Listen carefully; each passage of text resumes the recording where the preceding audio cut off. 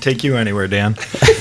Welcome to Car House, and this is the Three Pedals Podcast. I'm Al Richards. We have Mike Palumbo and Dan Pendleton. Hello. And we have Shawn Connors as our guest today.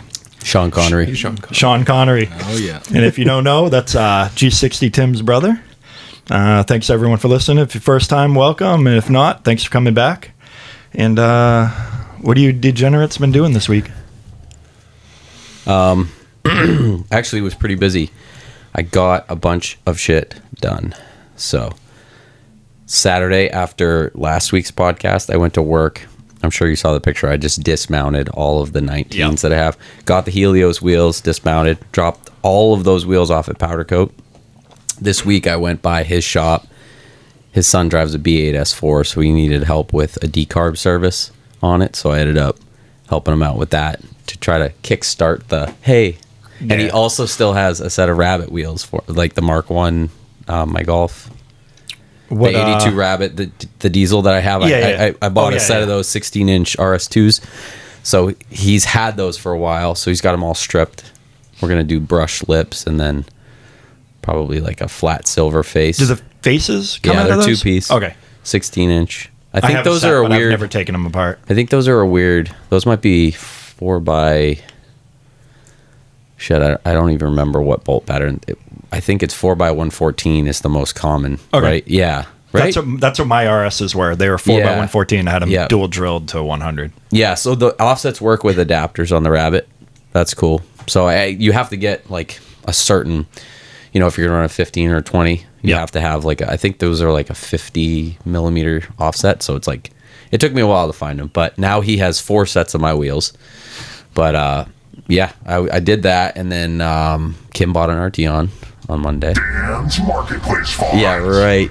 Not this time. No. I went and had the full dealership experience. Wait, hold on.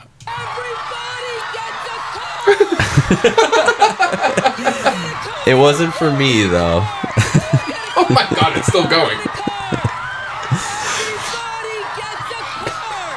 I've been dying to use that. Did anybody else buy a car? We're going to look into the next 3 tomorrow. Okay. Yeah. Nice. Well, so Mike hooked me up with EC. What's his real name? Emery. The guy was super professional, old school sales guy, like just straight shooter. Honestly, great experience. I didn't know that it took, like, it takes a while to buy a car, though, it seems like. Well, it also depends who's... Finance on a Memorial Day, too. Like, we were waiting for finance to get back to us because they was, like, pending. Yeah, when you run the deal with the sales Did you guys use a credit union? We were trying. Oh, okay. So we did it. He ended up shopping and finding a different bank. But Kim, she uses DCU. That's what we use. And we like wanted the car. We wanted to just get home. We ended up getting lunch in Portsmouth after. But yeah, it's a 22 SEL Premium R line. It is the cover Arteon. It is the color we wanted, which is Moonstone Gray. It's the 7-speed DSG with the Golf R motor, 300 horse. It has heated, cooled seats. Like, it is absolutely decked to the nines. Kim was, like, overwhelmed driving it. She's like, it's very easy to use, but there's so much you can do. It's like going from a Mark II to a Mark IV. Yeah, so I drove her 07 A4, which is what she's always driven, and today I drove it to work because I've been driving the Golf R, and so it's like between the Golf R and then the Arteon, I get in the 07 A4, which is a 6-speed, and it's kind of funny. It's like, whoa, like this is a way different experience, but good and bad in different ways, you know what I mean? But no, the Arteon, she's pumped. She really likes it. I already saw she already started jamming plants in the back of that. Yeah, thing. dude. So it's such a big, like, the hatch is so large. Back. It's almost like a hatchback. Yeah. So and it's like power lift gate, so it goes right up, and you've got a lot of space. It's a combination between like I would say like a hatchback and a sedan. So it's really pretty kind of awesome. like a wagon. Like, it's got a lot of room like a wagon back there. It's so weird because we were talking about buying the car in Florida, right? The Moonstone Gray one. And that didn't work out because they wanted too much money. And then we were looking at another one at Portsmouth Volkswagen. It was it Moonstone Gray? No, it was the white one. It was white. Yeah. Which I think that one's still there. It is. And they wanted a little bit more money. It was a 23. But I was like, I don't really care if it's 22 or 23. It's the same car essentially. And that one I don't think was a premium. It was just the SEL R line. I don't know. And this one pops up randomly when we got back from vacation, and it was like, let's go look at it. So we went, Monday, and it was like, okay, this is the right price. We both drove it. I hammered it through the gears, like you can put it in sport mode. It actually drives different for sure. But it's a super nice car. Like it's immaculate. And then the best part was I sat down with the finance guy when we were like closing the deal, and he was like, well, it's still under factory warranty for like the next 6 months because it's a 22, so it's a 4-year 50,000 mile warranty. So I was like, okay, cool. And then it's CPO for 2 years, 24 on top of that from that date. And I was like, well, I didn't realize, but he went through all these options for Volkswagen bumper to bumper warranty, additional 10-year 100,000. And it was like, I want to say it was like less than $4,000. And I looked at him until 33. It will get me 10 years from when the factory warranty expires. Oh, so it'll be covered out to 2032. Wow. 2035. So it's 36. 2036 and up to 130. It's 100,000 on top of what it is. I think it has 32,000 on it right now. So 132,000. Oh, you'll get your $4,000 out of that. Well, that's what I was thinking. Like, it has massage driver's seat, heated cooled seats. Like, if anything, that any of the infotainment stuff. He's just trying to milk it because then he can do the warranty work and make money off of it. He's gonna get his $4,000 out of that. And the guys at work were like, "Oh, you love warranty work so much that you wanted to opt into that." But I'm thinking, like, we probably will keep the car for 10 years, and I'm like, if the turbo goes, it's $3,000, you know? So it was around, I think it was around, like, we did the math on it. It was like $30 more per month. And it was like, it seemed like a no-brainer to me because that way, if she ever has an issue, not only are Arteons, like, we don't stock everything for them, but most of the parts come from Germany because it's a German-built car. Yeah. So it's not like it's going to be cheap, So I was just thinking, I'm thinking to myself, I've never seen a car with 100,000 miles and like 10 years old come in for under a bumper to bumper through Volkswagen warranty. They do 10 150s. So that was an option, but it was quite a bit more. And I was like, at that point, I'll probably already want to tune it at that point, like so we'll see. I'll have to, like, we were talking about the tune because I mean, it's like easily 50 plus horsepower for just a flash. But I was like, I don't want to void the warranty, so I don't know. I'm supposed to leave this one alone, but I already looked up lowering springs and a rear sway bar and an exhaust. My wholesale price through Vivid, it was like less than $500. Yeah. And I was like, pfft. She's like, I know you're going to do it. I'm going to bring it in for brakes or something, and then it's going to be lowered. And I'm like, well, at least you're accepting the reality of things. You know how it's going to go. Yeah, but yeah, no, that was that. Oh, and when I was at the powder coater this week, he was like, you like Porsches, right? I'm like, yeah. He's like, let me show you my friend's car that's been here for a few years. And we walk up to like his house garage. He opens the door. He's got all these cars in there, like just crazy. But in the corner is like a 77 930 turbo. And I'm like, what the hell? I'm like, how do you have this? Like, it's just sitting, collecting dust. The last registration, like the plate, it was 2024. He's like, yeah, it starts up every time. I drive it once in a while. His friend owns it, lives in Newburyport, just doesn't really care about it that much. And I was like, so I'm like freaking out. I'm like it's all covered in dust. Like, not barn find material because I'm sure other people have seen it, but I was like overly excited. I was like, how can I sell a kidney to get this car, right? And he's like, oh, dude, there's a list of people who want it. And I was like, do you think he knows what it's worth? He's like, yeah, he knows what it's worth. And I'm like, shit. Like, I was hoping he'd be like, yeah, the guy said he'd take 25 G's for it. You know what I mean? I'd be like, perfect. That's awesome. But yeah, no, not the case. I was pretty excited, but yeah, so did a couple side jobs this week, and other than that, back to work tomorrow. Yep. So what about you, Mike? I got nothing fun to say. No car? One of those no weeks. car shit? No. Nothing? No, we're going to do something after we close on the house. Yeah. Just determining what. Because we like the Tiguan, but I vote. Tiguan's too small. You want 19s for your Jetta? Yes, yeah. Yeah, I'm thinking because I was like, do I want to buy like the SL or something right after we move? But then I'm also thinking like it's June, July, it's peak season. Yeah. If I'm going to buy a convertible, I'll probably just wait until November, November, December or something like that and figure it out then. So I was like, if I'm going to do something, I might as well, maybe I'll just get a set of wheels for the GLI or something like that and an exhaust. So we were sending each other all the Pretorias that were kicking around, trying to see. I'll have to tap on our... While we're in the same room together. Yeah. I think that set for 1100 was a pretty good deal. Yeah. And I think it had tires, too. Well, the thing is though, so the tires, though, because the GTIs, if you have the 19s, they're either the 225/35 or the 235/35s. Yeah. The GLIs have the one step up, so they'll be 235/40s. That's right. 235/40. So I'm trying to find a set without tires. I'm okay if they're curbed or whatever, because I'd want to powder coat them black anyway. Obviously, I'd still like to find a cleaner set so you don't have to pay to have the extra work done to actually have like curbing fixed or anything like that, and you can just have them stripped and powder coated. But we'll see. We'll probably end up tapping on our friend Ben. Yep. Have him lowball some people on Facebook Marketplace to see what we can find. Offer them $500 for their $700 set of wheels. Yeah, but no, that's about always it. a good strategy. Yep. Yeah. No, for us, it's just the fun stuff now. It's just because we're under 3 weeks now until we move, so it's just actually now having to buckle down. Yeah, you got to start picking shit up and do all moving that stuff. Yeah, we got a lot done last weekend. So after, because we did the podcast, we did it on Friday. Last week, yeah.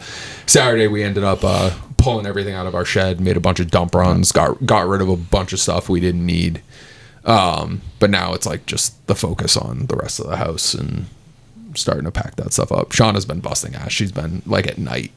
She's just been like chipping away at all this stuff. So like the playroom downstairs is all filled up with boxes and stuff like that now. So, but tomorrow, especially since it's going to be raining all day, is going to be the day of just throwing shit in boxes. Yeah.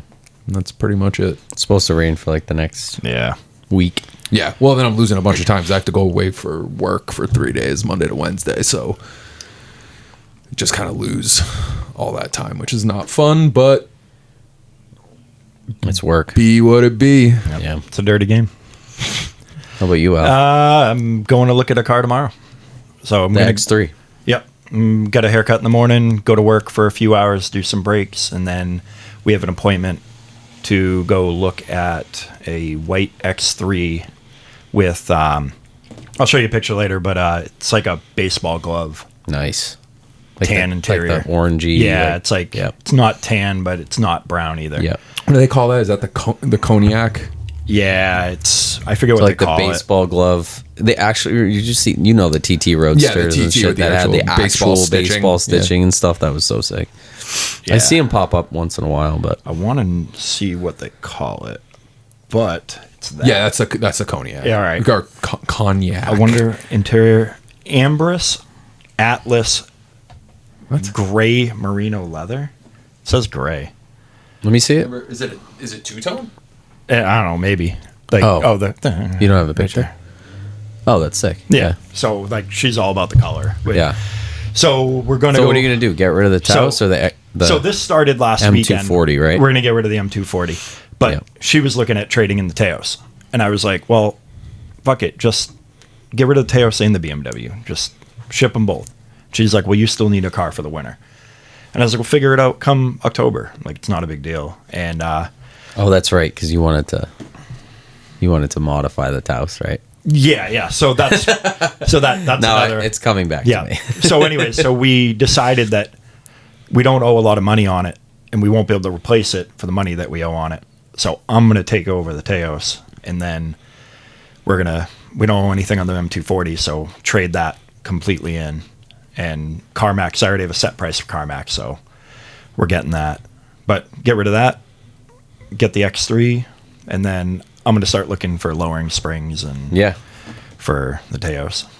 But that'll be mine and has everything. Yeah. So I'm kind of excited about it. Yeah, I mean, that's like super. Yeah, and I love the color. Me and Mike are the one that pushed her into the color when we bought it. I do like the when color. Shauna had her Taos, I tried to get her to Yeah. get the cornflower, but she didn't want it. It's weird when you see them like completely stock, and Yeah. you're just like, what the fuck? It's too nice of a color for like a stock SUV. Yeah. but like, or too bright. You know what I Yeah, mean? Like it's almost like it's too super bright. like flashy for well, it's like still better than that hideous green that they have now. green. Which Yeah, one? they have. Look it Oh, up. the Hulk green. Yeah. Oh my god. I don't know what it's called so actually, bad. but it's horrible. We saw one. Ah, We saw. Well, we have a couple on the lot too, which is just bad. what is it? Taos? Yeah. I still remember the day we owned 2 different Taoses in the same day. Who you? Oh yeah. Yeah. What the fuck? Oh, Didn't make it too far can't before trust it was turned around and the Okay. deal Yeah. was reversed. Yeah, made it a whole whopping 17 miles before the transmission grenaded. Jesus. See, like it wouldn't be terrible if It doesn't actually look like that though when you in no, person. it's It's pretty bad. Yeah. like the internet photos look better because they like make it Lighting. look good, but like honestly, it's just weird to see like it's too crazy of a color for an ordinary looking SUV. Like Yeah, it's all lighting. if that was the color of like a Hellcat, it would be cool. But like it's a fucking But it's on an Taos. Yeah, but it would be totaled if it was. Because it would Actually- have gone through a street takeover. For the record, Or stolen I don't sometimes. even know. Hey, is whoa. it Taos or is it Taos? I say Or is it- Taos. some people call it. Today I heard Tau. Nope. My coworker said Nope. Tau. I was like, "What's I'm Tau?" pretty sure it's Taos because it's Taos? it's a city in. Well, aren't all the Volkswagen names after certain winds? Toes? Al just typed in. Yo, did you spell it right or did you write toes? No, I did. I spelled it correct. That's crazy. It's It's trying to auto. Well, I think it's because it's Taosl. Oh, there you not go. T-O-O. How to pronounce Taos? There you go. I don't know if it'll play it for us. It's like English class. No, it's not. It won't It's not going to Play play. volume. No, because of the headphones. Well, it's definitely not toast. Ooh, right here. It says It's a very. 4 out of 5 difficulty according to what is this? How do you pronounce it? Look at it on your phone, so it'll play. Somebody pull it up on your phone. Yeah, but Al, you're spelling it wrong. No, I'm not. Yes, you are. It's not Toas. It's Taos. Oh, you're right. I did fuck it up. That's why you thought you were looking for the pronunciation. So of if anybody's wondering, don't judge the toast. Don't judge the spelling or grammatical errors on the No. Instagram posts because it's Al. No, you should definitely avoid. You're right. I fucked that up. You know the other one that commonly Vanagon or Vanagon. Vanagon. I think it's Vanagon, but I always say Vanagon. But is it but Taos. Taos. Taos. Okay. Taos. Well, somebody pull it up on your phone and play it so we can hear it. It says American. It sounds like Taos. Wait, fuck. Play it and turn the volume up. You are looking at Julian's pronunciation. Julian's pronunciation guide. How to pronounce better some of the most mesmerizing things in the Oh my god, we gotta link this in. But how do you say what you're looking for today? is that croissant on there? It said croissant. Yeah. Name pronunciation.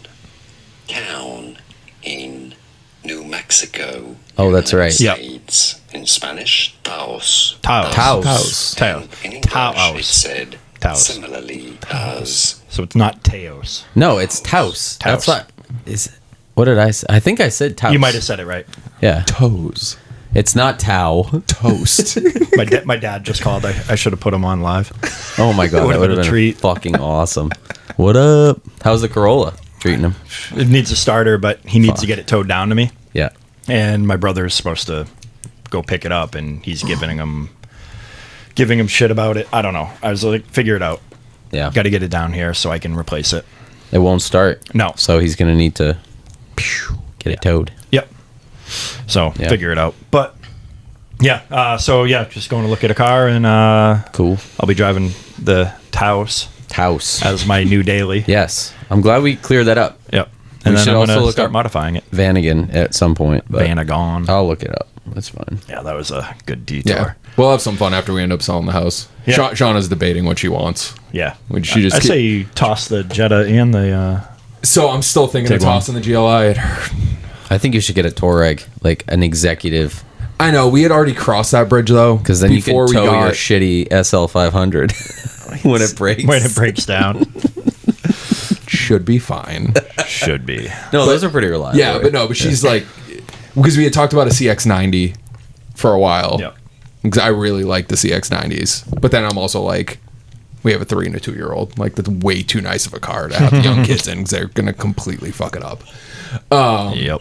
Can't you just like wrap the whole thing like with like a the dog thing I have? Yeah, Like your grandparents did on the couches. I have I call it the burrito, Yep. but it goes like from the back of the front seats to the back. Yeah, but with the car seats. You cut some holes in the burrito so you can get the straps in there. It's not a bad No, move. so then she was like, well, what about a 4Runner? So like actually like before we started recording, she's like sending me like 4Runners and stuff like that. And I'm like, all right, I would be down with another 4Runner. Yeah.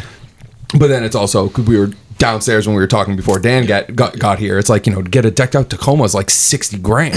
And that's the same deal. To get the 4Runner that we would want is going to be like 60 plus. And I'm like, I can't justify spending $60,000 on a Toyota. They are reliable. Yeah, but they were. Yeah, we don't know about. We don't know about the new 2.4s in them. Yeah. But then it was like, old, trusty, reliable. It's like, do we just get another Atlas? Yeah. But maybe switch it up this time and go with a Cross Sport. Because then I was like, well, if you get that, I'm like kid proof it, right? Get like the seat cover, get the burrito. Make sure you get like WeatherTechs in it. You can even get the back cage divider I had. Thing's pretty sick. Start throwing them treats through it. Jesus Christ. Just keep them. But I was like, self-contained. But I was like, do that. Get like the B2B lift kit. Yep. Throw some all-terrains on it. And just have some meat. Just something that you can just toss around and not, still care about it. But like, if you get a scratch on it, or if you inevitably the kids scratch up the door cards because of their shoes or something like that, like whatever, it's not a big deal. Yep. Not that it's not a nice car, but that's why I like my Touareg, because it's like fucking, I don't care. Yeah. I paid like nothing for it, and it's like lifted with like big tires, and it's like got rust and scratches, but it's like, it looks badass. It's fast as hell for what it is. And I actually started working on it this week, and I ordered last week I started tearing into it, doing the EGR delete and everything, and it needs a little bit more work than I thought. I gotta like reseal the front cover. I ordered parts from my guy down in Mass in Watertown. He sent them to Georgia because I needed parts for the Golf R, and he overnighted them to Georgia Rentals. So they called me. They're like, you have a package here. And then I called Northside, and I'm like, where's my parts? And they were like, oh, they should be in Manchester. I'm like, they're not. And then I'm like, is this why? Did you guys ship them to Georgia? Sure enough. So I had to like send them a label for overnight shipping to like get it. I still don't have them. I'm like, motherfucker, the thing's torn apart in my garage. Just like, I was hoping to have the whole car done last weekend, but I'm still waiting on shit. And the worst part is I overnighted an oil filter housing, which is also the coolant thermostat. Yep. I don't know if you've ever seen that, but kind of a weird one. But that I overnighted from FCP because I wanted to have it in time to do it last weekend. Yeah. So Nope. Not today. Parts sometimes can be really frustrating. Yes. Getting the right ones, having them ship it to the right address. I can't believe they sent it to Georgia. I've gotten boxes full of Land Rover parts before from them. And I was like, what is this? And they're like, oh, sorry, that was supposed to go to New York. I'm like, fuck. What company is this? I can't tell you. Oh, okay. I don't want to bash them because they really are like a pretty good, solid, but They sound like a bunch of potatoes. oh, dude. Well, sometimes, Yeah. I don't know. Parts guys, I don't want to Sorry, bash Steven. Paul too much. Yeah. we both just went, yeah. So Sean Connery, when you're not doing movies, what's How's the what have you been up to this week? Hollywood life? Yeah, just working. Working. Trying to find work. What do you do? So I'm an electrician. Been doing it for 22 years now. So, Damn. Yeah. it's been a minute. So you like it? Does anybody like their job? No. I mean, no. You must like it to an extent, though. Yeah, I mean, I love doing it. It's just sometimes you get certain jobs and you absolutely just dread doing it, but you got to because you're gonna make a paycheck. Yep. So You like doing like more, I don't want to say custom, but you know what I mean? Then like a straight. Like, what's your preferred? Gotta put in an outlet or hang a TV. So I actually don't prefer to do houses at all. Yep. Okay. Commercial, more commercial, More stuff? industrial Yeah. stuff. Yeah. So I was at an industrial manufacturing plant for about 9 years. In that, I got into all the controls, automated controls. So basically, that was to fix a machine. You needed your laptop and a little baby screwdriver to fix stuff. So I was like, that's pretty awesome. You go down the machine, use the laptop, figure out what's wrong, find the little device that's not working, replace it, reprogram it, and send it back on its way. So I prefer doing that kind of, troubleshooting diag versus putting in pipes and outlets and stuff like that. Yeah. But How long did you have to go to school for, because you own your own company, right? yeah, I have So you my business operate. now, yeah. Are you the only employee? Yep. Yeah. Yep. How long did you have to go to school before you could really start taking on bigger jobs and stuff like that? Was it? Did you do apprentice? Yeah, so you got to be an apprentice for 4 years, which is, I believe, 8,000 work hours, and then you got to do 600 classroom hours just to get your journeyman license. Mass, New Hampshire is kind of a little different on permits and running your own business kind of thing. So like in Mass, you can be your own company by just you being yourself as an electrician running your own business, like self-employed. So like for me, if in that event, it would be Shawn Connor's Electrician. I couldn't have like my business is Connor's Electric LLC, right? So in Mass, in order to do that, you have to have your master's license, which is another year of work, 2,000 hours, and then another 150 hours of schooling just to get the license.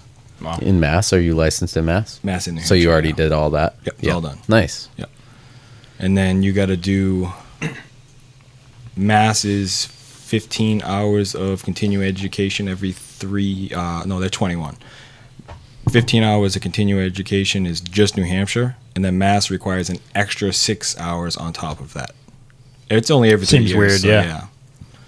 And Mass is- interesting comparing that to the automotive field, because it's one of the trades that you can get into where you really don't need a license, which is insane. Like you do, plumbing, you do electrical, you do, all these things. People are just rocketing down the highway at 80 miles an hour.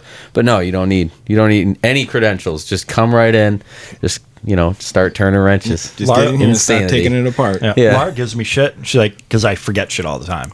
I'm like, I have to remember not to kill people every day. I'm like, I don't have time to remember what your appointment was at 7:00 tonight. I'm like, fine. I should use that. Yeah, I'm trying not to kill people every day. I'm trying to tighten their wheels And to this put day- oil in their car. And Al's only killed 3 people. Yeah. I mean, he's Only got 3. a great record.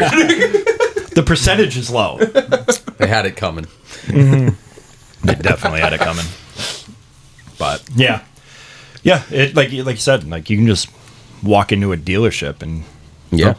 hand you a car and be like, here, change the oil. And Yeah, for certain gotta warranty figure it out. jobs, you have to be certified to the electrical stuff and some of the stuff, but most of it you can pretty much just get into it and just do whatever, which is really kind of bad for the people who are experienced, because Yeah. in your trade, you have to have that experience, you have to get that schooling, and you don't have competition from people who don't, because there's always somebody trying to undersell an experienced guy, which is just annoying. I mean, you do, right? Yeah, you got the people doing it, shade tree, like handyman that don't have license, stuff like that. Yep. they're like, I can do that for $100. Yeah. Yeah, and it's like, well, we're gonna have to redo the whole thing. And then you burnt down their house I was saying, and that's their neighbor's house. The outlet light's on fire. Yeah, I had a guy that was an electrician, and he was actually really good and thorough, but I don't know how legit he was. He was like my friend's electrician guy that he used, and he's a contractor, so he's like, yeah, this guy, he's like, if he shows up, he'll be really good. And I just pay him by the hour, and it wasn't a lot. but I think he almost had a heart attack in the attic at one point. It was like 100 degrees up there. The guy that did our basement did a killer job. Like, the guy was great. Like, we had him put the recessed lighting in our living room and everything like that too. So the kid was awesome. But it's so funny because like we would be like upstairs working while he was downstairs, and like you've been in our basement, yeah. And it's like we have like that like wood shelf and then the wood down below, yeah. And then we have the panel like in the carpeted part of the basement where we all hang out when we go downstairs. So we had to run the wires all the way from the panel through all like the jutted out like wood wall kind of shelf thing into like a little storage room and then into the other part of the basement, and all you could hear were just like muffled like fuck, what the fuck, who does this, just for like hours on end, like God. the kid just talking to himself, swearing. Yeah, no, that sounds about right. Yep. And then you would just hear something like crash, and then Oh my God. it was so funny. Yeah, it's one of the jobs you definitely talk to yourself and people just look at you like not you, I'm just talking to me. Trying to work through it. I do the same thing sometimes. Do you do like garages and stuff? Do you do like overhead lighting and? Yeah, I mean it's pretty much. Like, where do you pull most of your work? Do you get just word of mouth? Or now it's word of mouth, and it's pretty much just traveling to wherever I can go at the moment. Between residential, commercial, industrial, I'm kind of a little all over the place with it right now. Yeah, so it's cool. Yeah.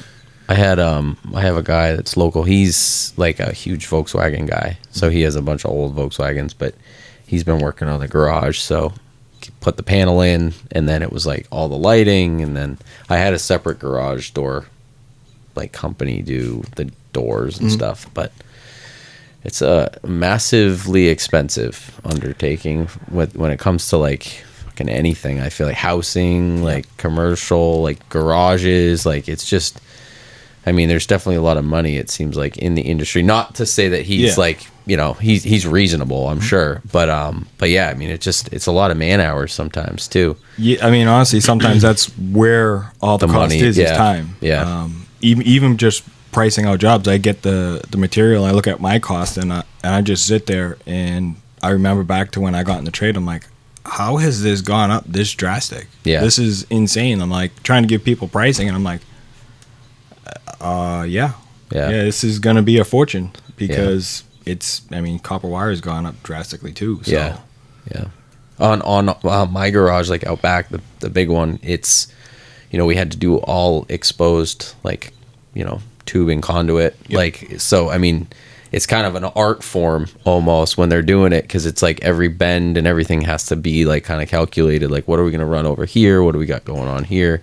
And then I just like to throw them curveballs, like, you know what? I think I'd like a little more lighting over here. Yeah, that's honestly, that's the hardest part, right? Planning something like your garage, you need to think, probably 60 steps ahead. Yeah. Because where you are running conduit, you kind of need to have a rough idea of future what you're going to do, because How much it's going to fit through. To run a small conduit, you can only fit so much, Right. and then even at that, is it better to run multiples because you have, we have to derate amperage on so many wires and pipes and stuff. So there's a whole lot of things to think about. Not just let's stuff 10 wires in this pipe. Exactly. Once you get to so many, the wire's only good for so much amperage now. Yep. And then you got length, and now your wire size changes over your length.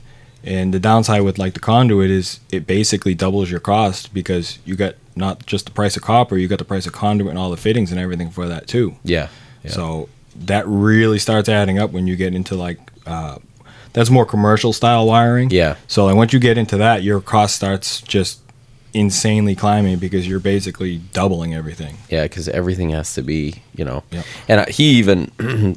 This is Matt Murphy, by the way. I don't know if you know him, but I don't think he's a I've good met him, dude. no, yeah, shout out to him. He's a good dude. But he was even asking me, like, as soon as I built the garage, he was like, "Where are you gonna like put the welder? Like, what are you gonna do for lifts? Like, where are you gonna put the lifts? Because it's like obviously that all has to be accounted for with the box and where you're running the wiring to. And then it's like, yeah, it's crazy. I mean, it's pretty cool stuff. I mean, I definitely like it. I don't do a whole lot of like house electrical stuff, but I do have to. I have to run like a grounding wire for the gas pipe in my house. Yeah, you got to bond the. You probably have to bond the gas piping. Yeah. Yeah, because it's basically like I have a modine heater. This is the garage attached to my house. I have a modine heater in the corner, and I switched gas companies because I have 2 tanks on the side of my house, and they want to fill. You know, they want to come and do an inspection. So they did the inspection. They're like, this gas pipe, even though it's flexible, it runs to the modine heater and then splits off and goes into my stove inside of the house. And they were like, you need a grounding cable for that. And I'm like, okay, it's not grounded outside though. But regardless, I just bought a clamp that goes around the fitting, and then just, I think it's like 4-gauge wire that runs down to the grounding like strip inside of the box. So if I get electrocuted, R.I.P. Sean's sitting there and it's like, well, his house is going to catch on fire in 3 minutes. I'll send you some photos when I'm doing it, just so you can be like, don't touch that wire. You know what I mean? Like, If it's black or red, don't touch it. okay, cool. All right, well, we'll see how that goes. Cars? Yeah, let's get into the car thing. You like cars, right? Yeah. You like cars, He right? likes punishment. Yeah, definitely punishment for sure. Jeeps and minis. Oh no. Yeah. No, we know you like minis. I didn't know about the Jeep thing. Oh yeah. The Jeep is far worse than the Mini habit. Oddly enough, they're both into ducks. Yeah, that's awfully strange. Yes. Minis Yeah. too? Wait, Yeah. mini people are duck people? Yeah, they're duck Fucking people. weirdos. Apparently, I see it and I just shake my head. yeah, the duck thing came from Mini first. What is it? Like the little. Like, have you never rubber seen little the- Yeah, ducks. no, I've seen them all Yeah, over yeah. the I don't know. the It's just dashboard something. and- It's something to. They give them to other Mini owners or Jeep owners. They leave them on the car, the windshield, whatever, and it's just something to share their passion. I don't know where the actual duck thing happened, but yeah, it's just it's a thing. Weird. Like you walk into Mini and our service writer has like 40 ducks. Can Volkswagen people start leaving like bottles of bourbon on people's cars? Ducks aren't even the only thing too. It's the wave. Yeah, the wave. The Mini has the wave. You're supposed to wave at other Yeah. Minis, and the Jeep does the same thing. I'm like, how did I get into this where they're so similar? They both do it. But yeah, what made you buy your R53? Like what attracted you to it? Well, wait, hold on. Did Ryan have it first? Yeah, Ryan had already had his, and he had Okay. already modded his. So like we were just going for a ride, and I don't know, it's that supercharger whine. Like, granted, they're not fast cars. Like It's a let's be first real. gen Cooper S, right? Cooper S, yeah. So, So- what year is that? What is that? Those Oh, did you say are- R53? R53 02 to 06, but a Right. convertible ran till 08. Yep. Gotcha. So they ran it for, and then they do it for every generation. They run it like an extra 2 years for the convertible. It's kind of weird. Yeah. Yeah, I mean, we just went for a ride, and that whine and like the handling is like ridiculous. I mean, it is a go-kart. Like the turn behind Tully in Nashua there. I mean, The on-ramp? yeah, the Yeah, on-ramp getting onto 3.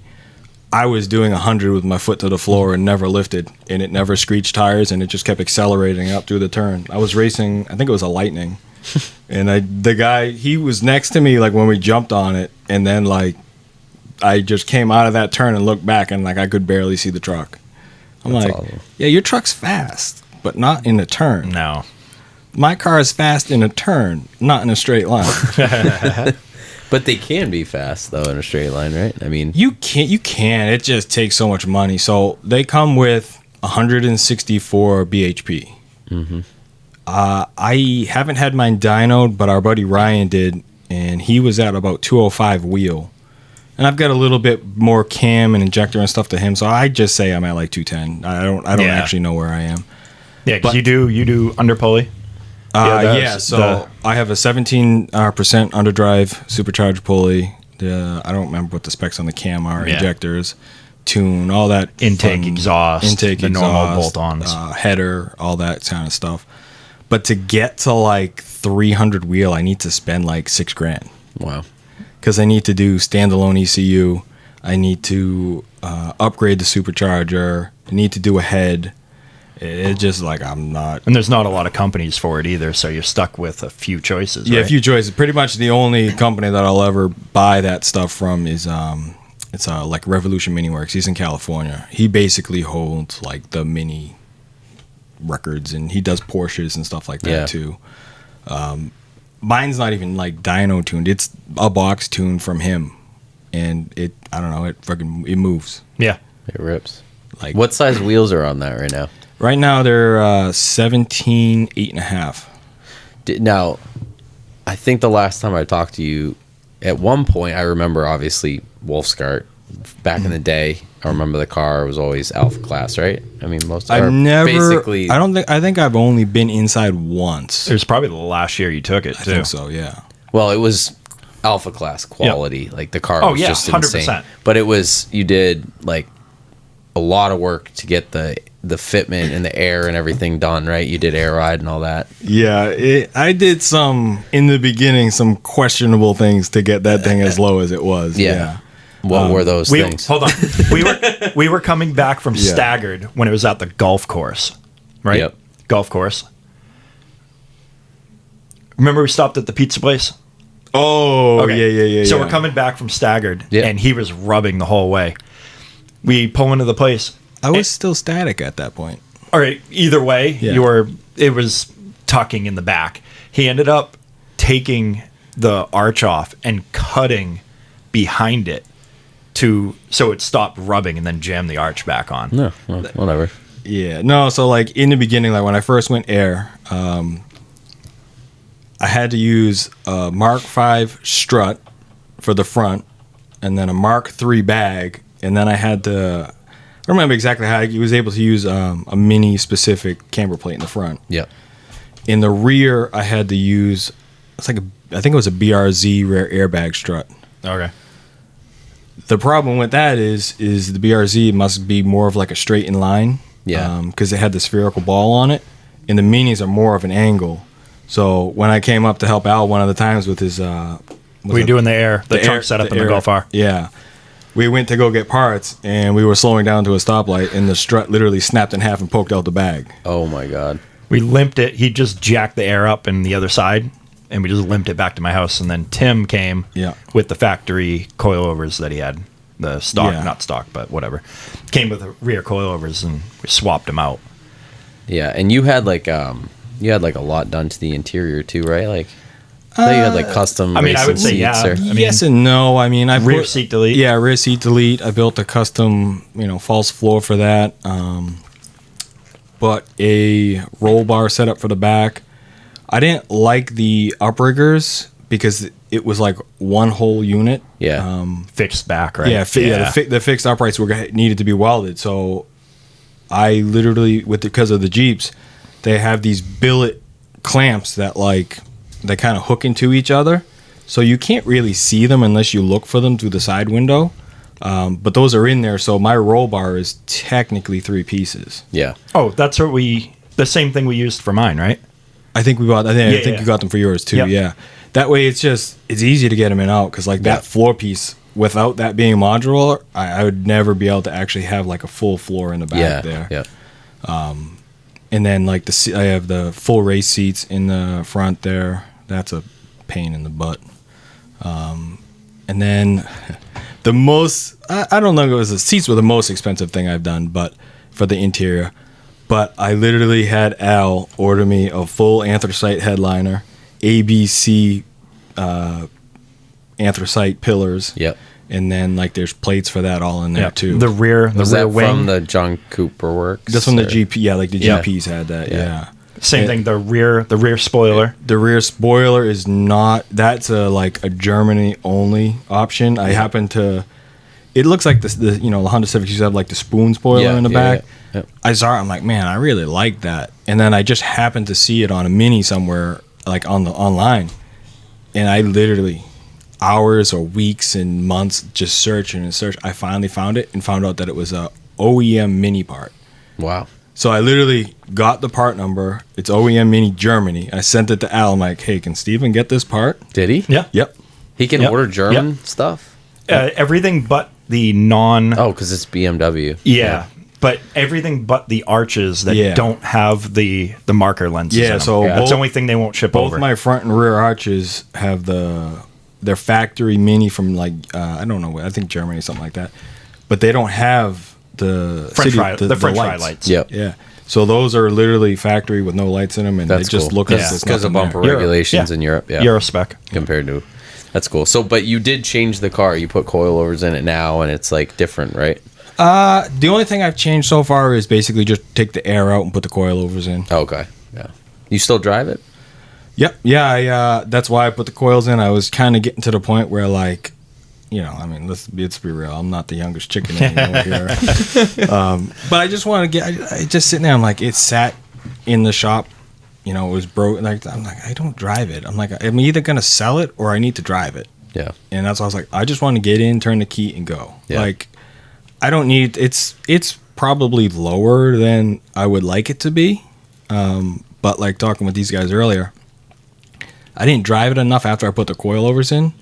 So now that the springs kind of settled a little bit, and I've been fighting driveline vibrations, and I have upgraded front axles too, so it's got better angle capability. And I'm like, what's going on?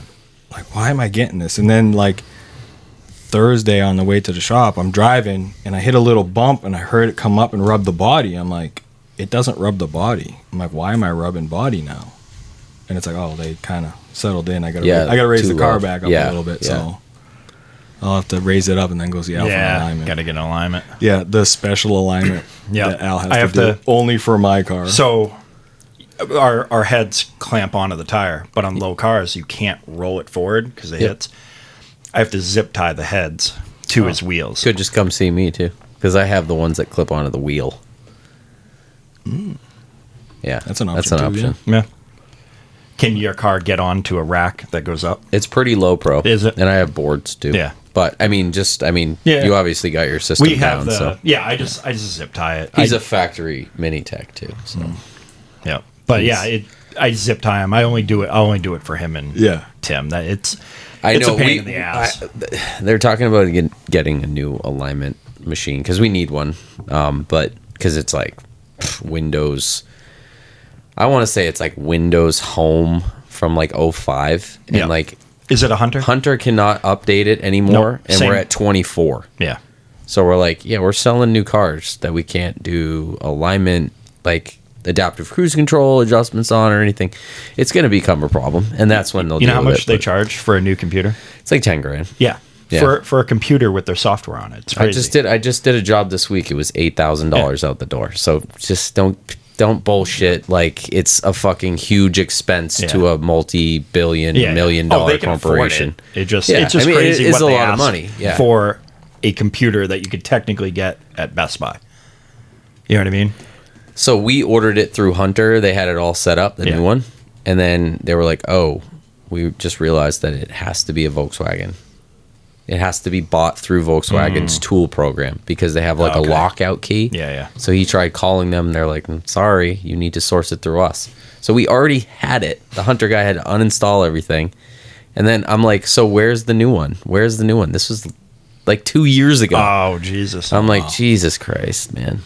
Yeah, whatever. But anyways, Yeah. Well, and then when you want to raise it up, though, you have is it an XJ Cherokee. Do I feel like No, I have a TJ Wrangler. TJ It's a. Why do I? well, it's Why kind did of I think you had a Cherokee? I don't I don't know. know why. Yeah, I'm not a big. Don't get me wrong. I don't dislike Cherokees, but it's just not my. It's not my thing. what year Couple is of my the buddies. Wrangler? The one I have now is kind of a hodgepodge. I literally had bought a 97 and I knew it needed some frame repair and stuff like that, but I got it pretty cheap. And as we started getting into it, more than just the frame was bad. And the frame was bad in like way more spots than repairable. And then as we started going through, then we started noticing like the tub was rotted too. And like, oh man. So I ended up sourcing a frame that was pretty mint. The guy I got it from down south. It was from a 03 Wrangler. So I bought that. I bought a new tub off of a buddy of ours that had a Jeep shop. And basically it went chaotic from there. To the point you can't Can't drive it on the street. No, well, I want to like- rework that. It's not much I got to change to do that. It's a couple grand, but I want to rework that so I can drive it on the street. But yeah, it's lifted, all suspension, everything. let's just say I stopped counting how much money I pulled out of pocket at 25. Wow. Is And it it- like and there's probably wheels- another 5 or wheels 10 in suspension there. so are it's stupid built for expensive. off-road essentially? Yeah, oh yeah, it's built for rock crawling. Oh, cool. So it's got 14-inch travel coilovers, 1-ton axles from like a 78 F350, Damn. full, what's that? Full 6-point roll cage. Yeah, it's kind of ridiculous. It's still got the stock 4-liter engine and manual trans, but it's got a double transfer case. Yep. So like you can stick it in first gear and then get out, and you can literally walk faster than it crawls. Oh, so I was wondering about that because like you don't have to be on and off the clutch when you're trying to crawl, right? Like, you are. You're not, to a like, constantly trying to, like- It depends on what you're doing and like how steep of an angle and everything you're going. But yeah, I mean, it's because it's geared so low you can just yeah, kinda, and it kind of around here, that low of gearing is probably too low for around here. That would be really great for like out in like Utah, like Moab and stuff Yeah, like that, where yeah. it's just straight rock face. Yep. But yeah, I kind of went down a rabbit hole on that one. That's wild. So what were your like first cars that you drove? Like when you were younger? Not cool stuff, I'll tell you that much. Do Literally, you have a list? You have a yeah, list oh, too? I got a list. Yeah, there's a total of 13 at this point. Okay. Oh god. So my first car was a 94 Grand Prix. Okay. It was just a cheap beater, put, system in it because, why not? You're that age, radio. I'm still doing it. After that, I went to a 2001 Maxima. Okay. We were talking about Yeah, those. we a actually couple weeks ago. did. don't Yeah. hate those. Yeah, yeah. I have a very weird love obsession with Maximas. I'm the same way. We lowered it, wheels, tires, exhaust. Unfortunately, the 2001s had the 3 liters. Yeah, I had the DQ30s. Wasn't yeah. it a 3.5, right? No. The 3.5 was 0203. Correct, yeah. Well, and later, but Yeah, Maximas don't matter after 03. Yeah. That thing had the weirdest transmission problem. Just kept Hung up. it just kept blowing up automatic transmissions. Weird. Yeah. After that, I went to another Jeep Wrangler, lifted that. I spent some money on that too. After that is a Ford Probe. Oh, shit. baby. All right, nothing wrong with a Ford Probe. I bought it. The guy before me put a J-spec motor in it, so there's dude, that thing was cooking. Like, J-spec? Yeah, so Japanese spec. Like there was no. Was it- Ford had it was- the Probe yeah, it in was Japan? 2.5 liter V6, right? Yeah. That thing. I mean, we were booking next to like Porsche Boxsters and destroying. What them came and in all those that. stock? 2.5. It's Okay. just the motor from Japan is called the KLZE. Okay. And it just like it revs to the moon. So like that thing could rev. I think it was like 85 or 9K. Oh wow. Wow. Yeah. I mean it. 2.5 V6? Yeah. And Like they, an actual, yeah, obviously. Yeah. and they sounded amazing. You just put a basic nice exhaust on it. I was like, oh, that sounds nice. Was that a longitudinal V6? Or was it? No, if I remember correctly, I think it Because was. it wasn't I think rear-wheel it- drive. Yeah, I think it was No, a it's front wheel drive. Yeah. Yeah, I think it was a transverse V6. Yeah. Like kind of like the North Star V8 Yeah. type thing? Like yeah. all those front wheel drive V6s. V6s, that, yeah. When you got to do spark plugs, they're up against the fucking firewall. Did they make an Oh, all-wheel that's drive terrible. one? Yeah. No. I don't believe so, no. And then I bought a brand new 08 Ram in 08. I just happened to be driving by the dealer, and when you're an electrician, you get your license. I was actually just about to get my electrical license, and I'm just driving by the dealer, and I saw the truck. I said, I like that. I just pulled in and bought it. I'm like, Nice. oh, that's okay. What color? Green. No, it was blue. Yeah, it was a electric Nice. blue metallic. It was nice, a nice bright blue. How quickly did it rust out? I didn't have it long enough. Okay, that's good. Because back in 08, that's about when I bought the truck, and then I got laid off. Oh. It was a real nice surprise. That sucks. Yeah, Yeah, economy took a shit. yeah. So I bought the truck, and I held on to it for a little while, and then I traded that in for my Mini. Yeah. And that was back in 10. Yep. So I've had the Mini since then. That's the longest vehicle I've ever owned. And that was 4 years old. How many miles on it when you bought That had like 30, 40K or something Nice. like that. I say on it's it. still Yeah. for having it for 15 years. Obviously, What does it turn have now? I think it's got like 104 Yeah, or that's something not like bad. that. But yeah. he's had, like, when I started working on it, 2013 probably somewhere in that when I range, was yeah. when I started in Peabody. Yeah, I think he only had like 94K on it, and then Yeah. so he hasn't he hasn't put many miles on it since. Yeah, I mean, I drove it daily for 5-6 years, and then it kind of became a toy after that. And once the air went in, I just really never put mileage on it because once that strut broke on air, You got that it just paranoia. kind of like never trusted driving it. Yeah. Yeah, and then the Jeep I have now that I bought I leased the Tiguan from Mike for a little while. Then I bought another Beatbox Mini. Yep, the But red one. The red one. It's actually a more rare car than my car, but it's our Beatbox. Just drive around. You still have it? Yeah. Yep. Oh, I literally, when I'm not driving a van or my blue one, that's the car I'm driving. Nice. Is that Tim- a first gen as well? Yeah. It's an 04. It's an MC40. 40. Yep. So it's a 40th anniversary Of the Monte Carlo race. of the Oh, cool. So does it have MC. different interior or anything? red and black leather. red and black leather. Yep. So like the accents are a little, and it has like a sticker kit. It's not on there anymore, Yeah. but when you see them, it'll have like a 40 on the door, Yep. and it's an MC40. But yeah, it has like weird little things that make it special. Unique little. Yeah. Yeah, like down in the center, there's 2 gauges that specifically come with those. Every single MC40 is it's a chili pepper red or chili red Yeah, it's with a not white the- roof. Yep. They all have chrome mirror caps, Nice. and yeah, Do you get it's- the British flag?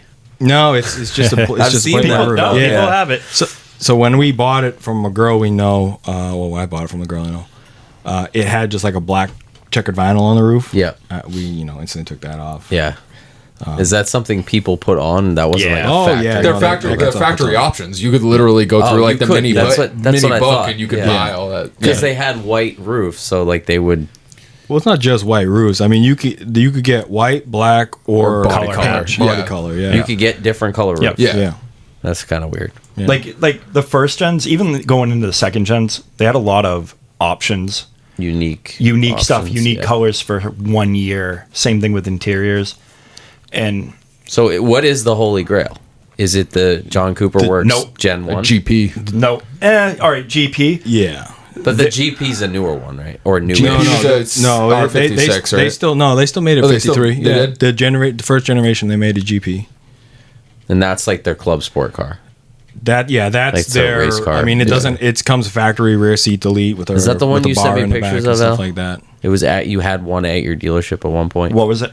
GP. Yeah. Yeah. Yeah, Rear seat delete, They made right? it. Yep, they made one for every generation. So they got a Which first one's gen. the coolest? I kind of like the first gen one. Yeah. It's the first one. I have. If I'm ever gonna buy one, it's gonna be an R53. Like that. Which is that is the the one. first The one. first generation, one. yeah. It's a manual, supercharged. That's it. The second gen, they had a lot of issues. Like obviously, maybe not the GP, but Was that the yellow one you had? Was that a yeah. second gen? Yep, second gen. That one had a R56. lot of issues So because our it 56s are got turds. totaled. Right? Yeah. It got it. I bought it with a blown up motor, and then It got totaled. it got totaled Yeah. because somebody rear-ended somebody else. Yeah. Not it. And then, but the third gen, which I don't know if you've seen it. I haven't seen the third gen So, GP. I've seen the third one. The third The- gen, the arches, they like stick out and have like wings on them. Yeah, it's kind of like a It's- canard kind of thing. Yeah, it's very super weird. You get used to it. I just did an oil change on one the other day. They come in. There was a kid locally that had one, right? Bobby. Yeah. Bobby had a second gen. Second gen, yeah. He went out to Washington and bought one with 9,000 miles on it. Yeah. Okay. Okay. So his was a second gen. His was a second gen. That's the second gen, or is that the third? This is the third gen because I've never seen Oh, a third okay. gen, so I Yeah. wanted to. Just go up to images. Huh. His looked like that though. Yeah, Similar. they're all the same color. Maybe not the same color, but they're all gray, Yep. and they all have red accents. Yeah, and they all have gray, silver four roof. spoke wheels. Yeah. Which is kind of cool. And they all have a rear seat delete and a big ass wang on the top. Yeah. How stupid would it be if Mini stopped making the Cooper? I mean, a lot of people hate them now because it's technically not really a Mini. like they not make Mini Countrymans anymore. So It's- a Countryman is an X1 now. Yeah. It's that you lift up an X1, same That's cool. I same like that motor, same chassis. What does Jay have? He has an R55 Clubman 2nd gen. I love. It's got the weird Clubmans. doors in the back. Yeah, it's got the Clubmans. barn doors Yeah. and the suicide door. Yeah. He's done a lot of work to his. Did those all Like- come with the N18, or did some of them come with the was it So the 14? N14 was 07 to 12, maybe 11. And then from that point till 15 or 16, if you had a Countryman, a coupe, or a Roadster, it was an N18. Okay. N18 is probably the one you want because they don't if burn. you're gonna get one, they still have their issues, Yeah. but they're better than the 14s by like a the whole 14s just straight up burn oil. Yeah. You know, like Audi style burning. Yep. It's bad. Add a quart. Yeah. Like Add 1 quart. every 1,000 miles, they're saying 700. A quart every 700 miles is normal. Yeah. So that's crazy. Yikes. But Never have to do an oil change. No, just changes itself. so I'm sorry. I'm looking for there's a interior. It's not Bentley. What's the other? Rolls Royce. There's a special. I think it's Goodwood. Yep. That's the Goodwood Revival, the race. Yep. Goodwood interior. So it has like a leather dash. Yep. And basically the whole dash is leather, and the carpet, it's a $10,000 option, and it's just for the interior. Wow. And like it's a special color, and it's got the scuttles say Goodwood on it, but That's it's cool. a $10,000 upgrade when you order it, and it's got the Rolls Royce interior. It's really For nice. like the shortest time that I worked at Mini, Yeah. that honestly my favorite part about it is that you probably had equally as many people buying cars off the lot as you did people coming in and ordering custom cars, ordering yeah. cars. And all the custom orders were always the most. Wow. That is decadent. I remember that when I started at Mini, Yeah. I ended up, a customer just walked in, and it ended up being a woman that I worked with at Seacoast previously that had bought a GTI for me.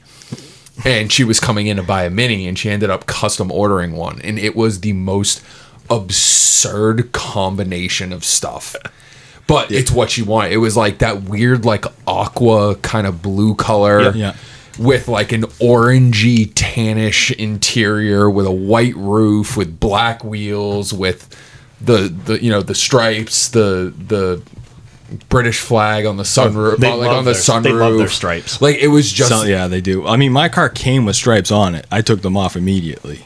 yeah, it was just like the most insane combination, and I'm like, good for you, just coming in here and dropping like 40 grand on a car in the most obscene color combination I've ever seen. I remember because the car had showed up, I think a few days before I knew I was leaving. Yeah. And I saw it come off the truck. I'm like, this is hideously awesome. You know, I think that's part of the reason why I like the Mini so much.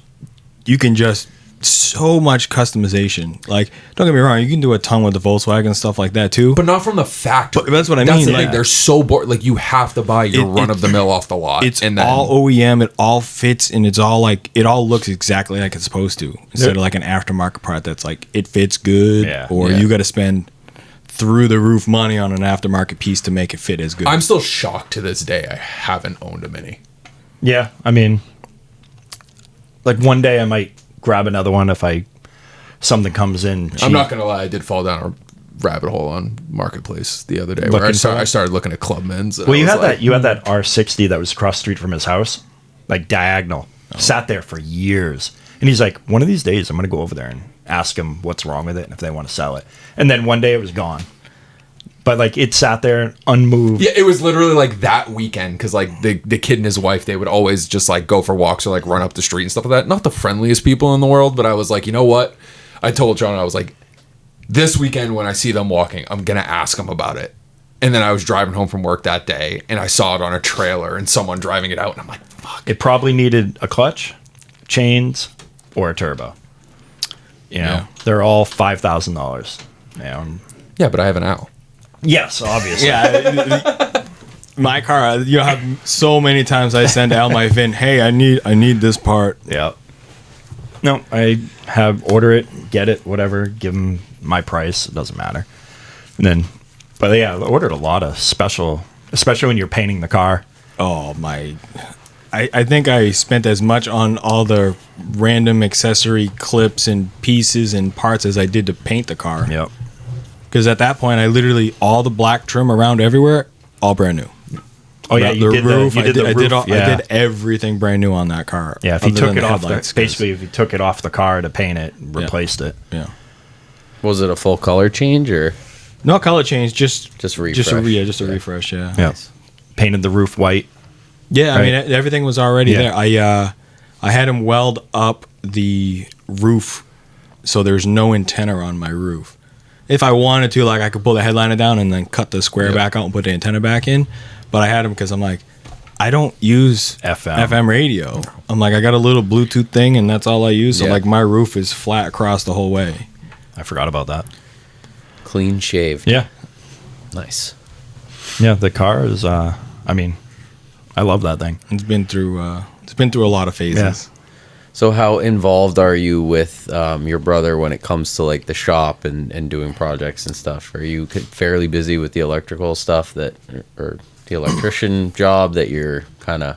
So it depends. I guess it depends on what project we got going at the shop. I'm generally there the 2 nights a week and the Saturday with him, unless I have a project that I can't make it during the week.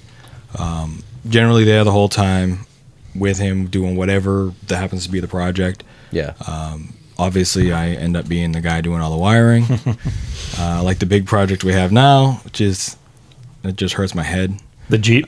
Yeah. That thing is... He was telling me it's about great. that one. I mean, it's great. It's cool, and it'll be nice when it's done, but, like, so many oddball systems with everything's standalone, and now some of it you have to make it talk to each other, and I know the just scoop. figuring all that out. It's just like, okay, cool. Thankfully, Wouldn't have done it that way if you guys had decided to build it a certain way, right? Like, because I feel that sometimes, was it the owner that kind of decided and dictated what? Yeah. This is everything he's wanted. Basically, this Jeep is his for like what his dream Jeep has been. Yeah. It's literally LS 6L80 transmission. Full air conditioning is going into That's cool. it. All Dakota digital gauges. What year is it? I don't remember the year exactly, but it's a CJ8 Scrambler. So it's the old Jeep that has the long, looks like a truck. So like the new Jeep Gladiators. Yeah. It's previous early version. Okay. Yeah. What year were those, roughly? I don't remember. Like a 70s or I 80s? am when you talk with me with Jeeps, I am a TJ Wrangler snob. That's 97 to 03 is where I like. I want to say they're like late 70s, early 80s. Yeah, 70s, 80s, somewhere in that So range. all the gauges you guys are putting in are just like actual individual gauges? No, so there's one. So those had like one big gauge, and then I think they might have a couple sub gauges. So that's going to have the one big Dakota digital gauge, which is going to read out speed and everything. And then he's got a Dakota digital gauge for the vintage air conditioning and heat. So that's cool. It is a very clean, simple dash for the most part. And then all the switches for like the headlights and fog lights are all the old style switches. Mm-hmm. So it's going to be pretty simple. It's just going to be clean. Yeah. And then he's putting heated seats and all that kind of stuff. I mean, I don't know if the Jeep will ever get driven in the winter, but it will have heated seats. Did you have to cut the dash, and is it steel or is it? So he builds a lot of vehicles over the years, so he kind of knows exactly what he wants. So he'll design stuff up and like send it out. So the dash was already pre-bent, holes cut. That's cool. Everything was set up where he wanted to go. He did a lot of that brunt early design work and stuff like that. So now it's just wiring. He's like, I don't want to deal with wiring. He's like, nope. It's something I can do. He's like, I just not going to do it anymore. No, not worth his time. No, exactly. He's this guy. He goes from project to project to project, and he's always bartering and trading. Mm-hmm. One of the first projects he did that I met him, Tim was actually doing a ton of the work with him on it. He had I think it was a 70 C10 fully built LS with like a 3-liter Whipple supercharger. I mean, I think there was like 30 grand just in motor. Wow. Like, and that thing had air suspension that would adjust in milliseconds as it started to lean with sensors. Just the amount of money the guy spends on project, it's amazing. Like, and then he bought a C6 Corvette Z06. That was when I don't remember what year it was. I think it was like a 14. This is when they came with a 650 horse, 650 torque. I think it was a C7 Corvette. I was going to say, I think 14 was... Yeah, I think it was definitely a C7. Yep. He didn't even take it home. He literally bought it and got it sent over to Lingenfelter. So when he got it back, it was 800 plus wheel horse. Why wouldn't you do that? I'm just like, this is amazing. Then he That's what every American should do. Yeah, They should. I mean, he threw Tim and I the keys and said, drive it. Don't worry about your kids' education, like, college, Fuck- any of that shit, fuck Mike. them You know the kids. worst? The difference is, Mike. hey, he's got 4 kids. Holy shit. Do they What, drive Corvettes too? No, it's just like what line of work is he in? Mike's Arm looking for dealer. a job. it's like IT security, something like that. Yeah. So pretty much, I think the gist of it is like he gets paid to like hack into banks and then tell them what's wrong. Nice. Then the company he works for gets paid. Like, yeah, I mean, I think he literally just got a BMW M8 competition as like a work vehicle. Yeah. Beautiful. I'm like, Yes. amazing. I love this. Jesus. That should only be bought in a cool color. I honestly don't know the call. I haven't seen it yet. Yeah. But yeah, I mean, so as far as like projects to shop, it's a part of everything. I mean, there may be times I'm not there because I got other electrical projects and stuff going on.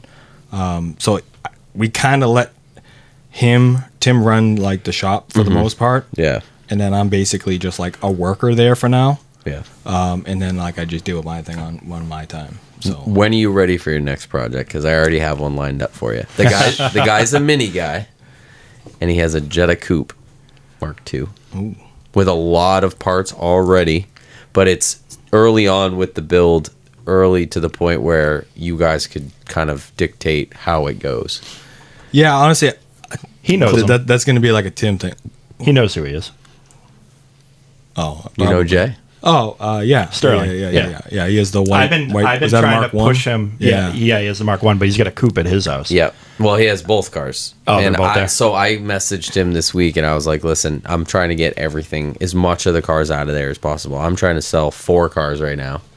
I haven't listed them yet, so that's not going well. But the idea is there. So in 6 months, Dan will still have 4 cars to sell. So, but I want to set up the air in there and like actually start using it as a shop. And it's hard because like people store their cars there. So I talked to him this week and I said, I got to talk to you guys potentially because I think, I don't know, Tim seemed like he was interested. Yeah. No, I talked to Tim a while ago about And it. he was like, well, I just don't want like a project that's just going to sit around. So I was like, well, he has a lot of parts and the engine, the transmission are in it. There was some fabrication work done by another friend of ours who kind of just jumped out of that project, but it's like the bones are there. So, I mean, for me personally, like I don't even have time to finish the one rabbit project that I have right now. I've been making progress slowly, but realistically, the car's been there for over a year now. Oh no, it's been longer than that. Has it? Yeah. Seems like it's been there a long time. I think it's done. It's done minimum 2 winters there. Yeah, Maybe And- 3. And I just at this point, I really want to start using it as like a shop. Now, if I was ready to do the project, I'd have no issues with it. But I don't even have air out there right now. And the other rabbit that I've had for like 5 years is like we're kind of like we can see the finish line. So realistically, I just don't think for me personally, it's something that's going to be a feasible project to take on at the moment. So I told him I'd like to have it move down the road, whether it goes to another storage unit or it goes to a shop. It would be nice to see it. I mean, it's cool. It's a Mark II Jetta Coupe. The body's straight on it. He's been buying parts and collecting parts for that for years. I mean, he's got the brakes, he's got, the suspension, he's got some really expensive stuff like that he's just been like hoarding. And I'm like, don't you want to like get this done? And I think personally he was probably waiting for me to finish this other car, but he had no idea how long it was going to take. No.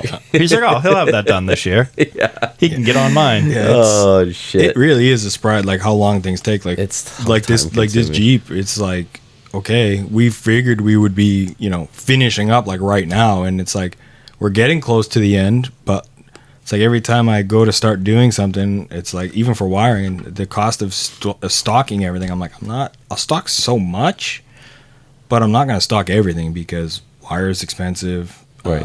Just to have it Everything. hang around. Yeah, connectors. I mean, so it's like I make sure I get enough to do like a whole bunch of stuff, and then keep kind of going, and then I get back to it and have to order more stuff, and so it takes some. I took the week off a few, like, was it Month ago? March, yeah, end of March, and like I made some progress, and then realized that I didn't have everything I needed, had to make another order, and then like I worked on it a week later, and it was like, oh, I need to make another order for stuff, and it's like just constantly coming up with stuff that I need to order, just keeping a running tally of the parts, and it's like, yeah, it's just time consuming, and it starts to get kind of crazy expensive to build cars like the right way. Like it's insane. Yep. Yeah, I mean, honestly, this guy for this Jeep will probably be $100K into it by the time he's said and Easy. done. Something just to go in the woods. No, I don't That's know not if what it'll it go in the woods. This is probably sounds going to like be a a nice street I was driver. gonna say, it sounds like it'll Stuff never like see a that, speck yeah. of dirt. Yeah. I mean, he may take it on like maybe a light class 6 or something like that. But with that kind of build, like I said, it's more of like his dream Jeep. Something you take to like a Car Jeep shows. show. Yeah, I mean, he's Cruising. like during the summer and all that. He's just gonna drive the heck out Yeah. of it. Like that's his plan. Is just that's why he put in LS, and he's like, I just want a good, reliable vehicle that will go A to B, and then when I stick my foot to the floor, it'll just roast those 37-inch tires everywhere. So I took a ride. Jimmy's got a Jeep Okay. Wrangler. I think it's a Wrangler. Yeah, it's got to be a Wrangler because it definitely wasn't a Cherokee. And they did an LS swap in that, and it was fast. I mean, it was a manual. He took me down the road up my street. Yep. And he was spinning these fucking huge ass tires. He scared me a little bit. I was like, Jesus Christ, this thing has no handling potential. Like Do you on the think- street. Does like, he listen to this? I don't know. Well, if you do, send me a text. Jimmy, Al's looking for you. I'm looking for you. Well, we're gonna hang out with Jordan tomorrow night. Yeah, we are. So- I was going to bring it up. Be like, hey. We're Told going to Jimmy to see text me. Styles P and Jadakiss. Yeah. and- Chic Luch. Yeah, it's Red gonna Band, be Method Man. pretty awesome. I'm excited. Yeah, I'm excited. What car are we taking? I don't know. I only have coupes. What about the new one? What new one? The sick Celsior? Toyota. Ryan has it. Oh fuck. We can take like the CC, I guess, or whatever. Yeah, whatever. Nothing special. We've got 98 cars. I'm sure there's one to Yeah, take. yeah. I was like, I don't really want to take the Golf R, but I've just been driving that a lot lately. Yeah, we can hop in some other shit. Not that it's a bad thing. I'm just like, Yeah. No. The yeah, I got the M240, the CC. M240 won't be comfortable for whoever's in the back seat. He said something about he didn't want to take the S6. I was like, the Hey, S6 he is let a his girl. perfect car. He let his girl take it. Yeah, whatever. Take Well, the- he said something about a noise in the front end, and I wanted to hear it. Yeah. Let's take the But, Touareg. Which one? The black The diesel Touareg? one. It's torn apart in my garage. Oh, well. Remember parts? Yeah, No parts are in Georgia. I'm still waiting for Oh, them. yeah, I kind of zoned out on that That's part. okay. Yeah. He's playing on his phone. Just use the Land Rover parts. I was gonna say, even at that, take the diesel one. Have you looked at the cost of diesel lately? No. I know. Honestly, the best one right now is like Kim doesn't drive her A4 right now. It's a 6-speed, and it's like so good on gas. She thinks it's better than her Arteon. I don't think it is. There's no fucking way. Is the tank bigger in the Arteon? Yes, That's probably why. and she's- we drove. EC filled it. We drove to Portsmouth to have lunch. Drove home. She drove it to work a couple times. Then she drove to back to the dealership in Portsmouth to get a key, the second key, and then drove home. And she's like, "Yeah, it's already on a half a tank." I'm like, "That's kind of a lot of driving, though." Probably did 150 miles. Yeah, I was like, it said 425 on the on the dash for estimated mileage. I was like, 420 on a tank. I mean, even if it's I don't know. What do you think? 18, Probably an 20? 18 gallon. Yeah, No, I mean, the new 2 liters are wild. I mean, I don't know if I told you guys, but I mean, I took the GLI out to Maine. I had to go out to Kittery and then drove it like from Concord to Kittery, Kittery back to Concord. I took Route 4 on the way out there, took 95 and 101 on the way back. Yep. And I averaged 40.8. That's what I mean. Like, Wow. I think my coworker, And I wasn't easy on it either. My coworker said the his Arteon, he drives from the Seacoast to Manchester every day. Basically, he said he gets around 30. I mean, and I'm like, there's no way her A4 is getting 30.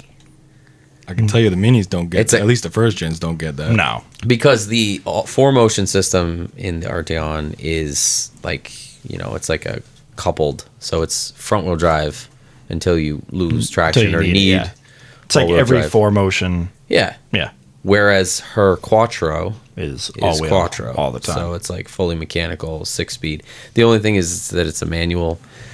I don't know. I'm gonna have to do some testing, some in-house testing on that, because it is good on fuel, but it is, I don't know. I just can't. Should be able to get 33 on the Arteon. You think? Yeah, somewhere in that ballpark. 32, 33. She hit me with that this morning. I was like, "There's no way that the Arteon is better." She's like, "We can never sell the A4 because it's so good on gas," and I'm like, "It's probably just because it has I don't know. Who knows? Maybe it's all in her head. We're gonna do some math. We're gonna do some science and figure it out. We have to take it for a road trip.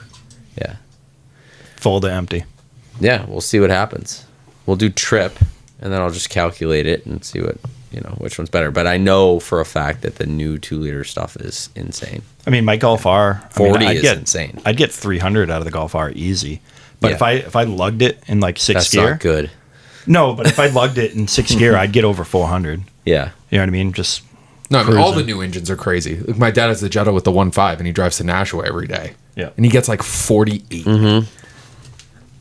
The 1.5 is exceptionally good. Yeah. Is that what's in the Taos? Yeah. Taos. Taos. Tau. Yeah.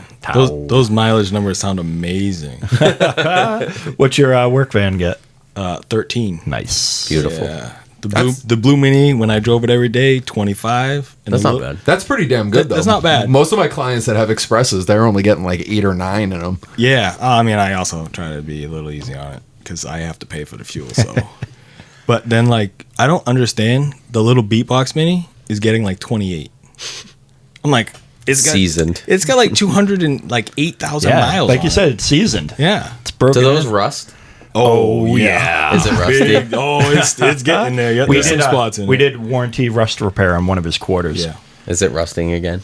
No, so that was on my blue one. The blue one. Oh, okay. That was before I had everything painted. Yeah. Yeah. We hung new quarters on it, or one. I don't know if it was one or two. My But, Passat got quarters and it's rusting again. Yeah. I'm like, motherfucker. but his red one, when he got it, the hood and the hatch Oh, were yeah, destroyed. Yeah.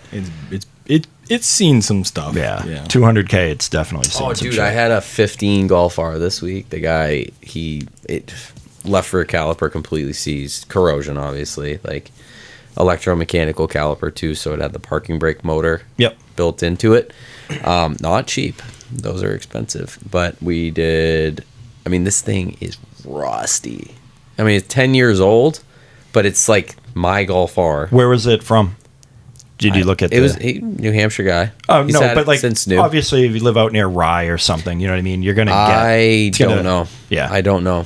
I think it's just winter beaten, like, Yeah. almost, I think it had 189,000 on it, but it needed like basic, like accessory bracket reseal, thermostat water pump, decarb service, front rear brakes, Probably parked rear it on the grass, too. But like, dude, the rust piles underneath this car when I was done with it, the backing shields on the rear brakes, Fell out. I had to air chisel the bolts off and just throw them in the garbage because they were in pieces, Yeah. But he spent quite a bit of money on it. It's just like he loves the car. He was like, yeah, but I couldn't believe it. I'm like, it's a Mark 7 Golf R. Like, I get under my car and it's like, it's 2 years newer, but it's like clean because the guy never drove in the winter, So it's like, I don't know. When you buy a nice car that you're like maybe gonna keep for 10 years, do you just buy a beater for the winter? Yes. I think so. I always have. For sure. That's what the red car is for. That's the drive that whenever. I don't care. It's the best part about it. It's like, if you slide off the road, you slide off the road. Right. Don't literally go to a store. I don't care. Yeah. Drive it. I don't care. Like, it's tough because you want to drive a nice car in the winter because it's like you got all the features of like the heated seats and all. Yep. I mean, you can buy an older car. Like my Passat was good for that. Like it's like heated seats. It had like, most of the amenities. The Bluetooth was a little strange. I had to buy one of those emulator thing, or I don't even know if that's the correct terminology. Plug but it in like USB. So it has, old radios have an auxiliary, right? Like they have wiring for an auxiliary port. Yep. Well, you could basically like wire in a Bluetooth. I think it's called an emulator. And you literally would connect to that through the auxiliary. Wait, you're talking about the Golf R? No, What were you talking about? Your No, Passat, right? the for Passat. older cars that had like no Bluetooth connectivity, you could wire into the auxiliary in the back of the radio. So it would end up playing through the speakers, and you'd have like a microphone. It's literally two wires, red and Yeah. white. But they make these little Bluetooth things that you can just wire the two wires in. But dude, sometimes the names of the like actual Bluetooth thing it's just funny, and the voice is like connected. It's just so like dude, and it's wicked. The worst part about the old cars with the Bluetooth is that you'd wire these things in. You get them eBay, $15, $20 if you can find the right one that you need that has the connector or whatever. And then it was usually either the CD changer or you actually physically had to wire it into like the connector on the back of the radio. But they like, I swear, like the volume on it, you'd have to crank the volume. So if you switch from that to radio, Blow your it ears out. blows the fucking speakers or your fucking eardrums. You know what I mean? But yeah. And CD changers. well, that's kind of like how the Mini is for me. Like, you had to hardwire literally like the 3.5 millimeter headphone jack. Yes. And Yep. then now I had to buy a little Bluetooth module, a little that cheapy. actually plugs into the jack. No. Oh, well, okay. yeah. So you have to put a cable from there to there, but it just charges from like your USB. Yep. So Yep. then I connect to that Bluetooth, and it's just like, it's a whole mess just because I'm like, I don't want to put an You don't wanna aftermarket head change unit it. in because Exactly. it's going to look different. It does. Yeah. It looks super weird. like the red one. We don't care. That came with an aftermarket radio, Yeah. and it's amazing because it's like, I don't care. Yeah, like the RS4, I used one of those. Well, it came with it, but it has the RNS, like the nav and everything from 07, and I'm like, it's the nastiest nav that you can have from 07 for an RS4 or whatever, and I just don't want to change it because it's like, I don't really use the nav, but it just looks cool. It's got the maps and all that stuff. Sometimes it'll just like, if I have the battery disconnected and go back in, reconnect it, it'll like it sets. So if I have the battery disconnected in the RS4, it will reset the date to like 06 or 07 on the cluster. Yeah. And then for whatever reason, I don't know if it's because the guy's from California, but it sets route guidance to like someplace in California. I bet you it was the dealership it got sold out of. Maybe. I don't know. But I hate to change the radio, so I still use one of those plug in the cigarette lighter and connect to the radio station. And Kim's like, you're still using this? Is so stupid. Like, what else are you going to use? I'd change the radio. I mean, I would too. I was I'm just saying, if you're not thinking gonna about change it. it. I was thinking about it because they do sell a radio that almost looks perfectly factory. But I've had problems with aftermarket radios where they like drain the battery, or like any of the parasitic draws that come in through the shop end up being aftermarket Oh, wow. radios. Yeah.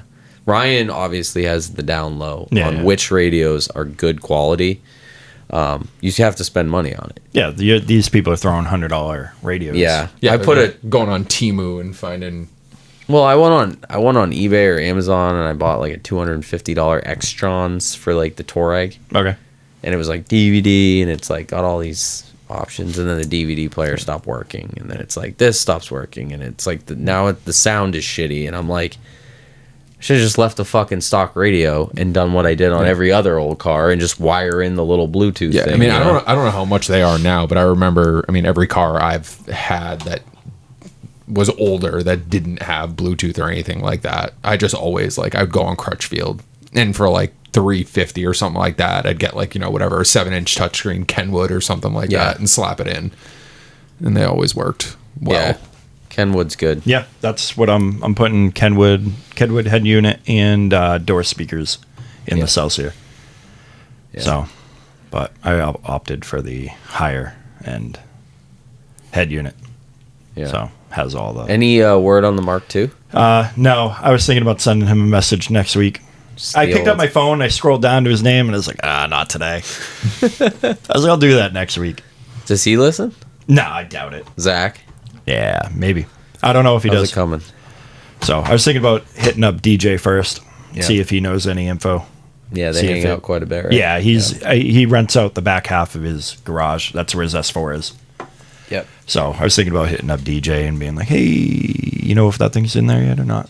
See what he says before I actually message Zach for it. Yeah. But as of right now, whatever. I got a bunch of other shit going on, so. Yeah, you're buying a Civic, aren't you? Yeah, well, Laura didn't know about that. Yeah, I'm trying to. Shit, I didn't know that. That's fine. It doesn't matter. I'm trying to trade the Grom away for another car.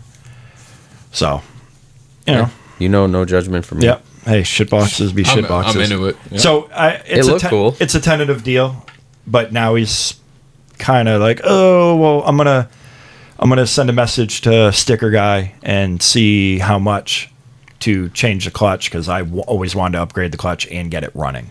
Mm-hmm. But he's like, I paid however much for the car, and I threw 10 grand at it, and now I still need to throw more money at it. He's like, do I cut my losses? Or do I just keep going? And I was like, I don't know. Like, let me know. Like, we'll figure it out. So we'll see. We'll see what happens next week. Yeah. But I'm trying to pawn the Grom off on him, give him some cash, and take the car. Yeah. And then, do you know about it? Yeah, Okay. he mentioned it to me Thursday. Yeah. So I'm gonna send it down to Tim, and be like, here, get it running. I think it's a mobilizer issue because the ECU is not sending fuel up front, and it's a K24 swap. Nice. But I don't know. I don't think he knew because he took out a K20 that ran after he blew it up and threw in a K24, and it's not getting fuel. I 100% think it's an immobilizer thing. So I'd rather give it to Tim, pay him whatever, get it running, and have a running car when I get home. Yeah. Than bring home another shit box that doesn't run. So, you know, like I don't have a lot of room, especially for non-running cars. Yeah. Did you talk to Laura about the? I said Laura. Yeah, whatever. You're gonna get shit for that. I know. I'm sorry. It's Lara. Yeah. Yeah. So I just went into that with Kim's sister because her name's Laura, and they were like they pronounce it differently, and everybody, and then her husband's like, no, it's Laura, and she's like, no, it's Lara, and like, but Laura spells her name like Lara. Oh, okay. You know what I mean? But Yeah. regardless, did you talk to her about the garage? Not really. Vaguely. Like we've had brief conversations. She knows I went down to town hall to figure out what I needed, and that's when I sent Jimmy a message. Yeah. Well, So- Sunday I've got nothing going on. If you want to just start smashing out the wall, Let's go. Fucking get some concrete. I'm kidding. Doug actually hit me up because he's moving his shop. Okay. So Oh, yeah, he's moving I off think he's Amherst. taking down lifts in there on Sunday. So I was like, oh, I'll be around. Yeah. If you're not doing anything, you can get some free car parts. Hey. He's like, do you want this motor or this, that? I'm like, sure. Yeah. Take it all. Yeah. Bring your trailer. I think he's got a 3.2 lined up that I can take. that'd be cool. And I'm like, perfect. Oh, and you asked me what the R30 is. Yes. R30 is a 3.2 that's de-stroked Oh. with a 12 valve or 24 valve 2.8 crank. Oh wow. So your displacement lands roughly around 3 liters. That's cool. You can rev them higher, a little bit higher, especially if you have a built head. Yep. So that would be my plan. And I think that the 3.2 he has is actually something with the crank maybe. So that would be perfect. And take it out. Bore it a little bit, like a little slightly over. But yeah, anyways. But yeah, I don't know. Maybe I can get. I just don't want to keep texting Jimmy, being like, hey, like, being a pain in the ass. Well, we'll see Jordan tomorrow. Yeah. So We'll talk have to him He put in works a with word. him, Be like, so hey, you ever send Al a message? I was with him Saturday night and see what he says. maybe he wants a Civic. Hey, maybe he wants a Skyline. Maybe he wants a 240. Yeah, Skyline would be a great trade for a garage. I'd send the Skyline to get the garage done.